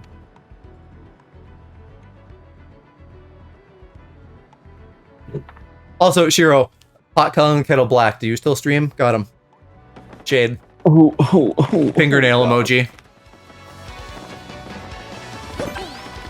Pot calling the kettle like a round thing. Okay, that is a series wrap on Paper Mario. Goodbye, YouTube. Goodbye. Oh my god, goodbye, YouTube.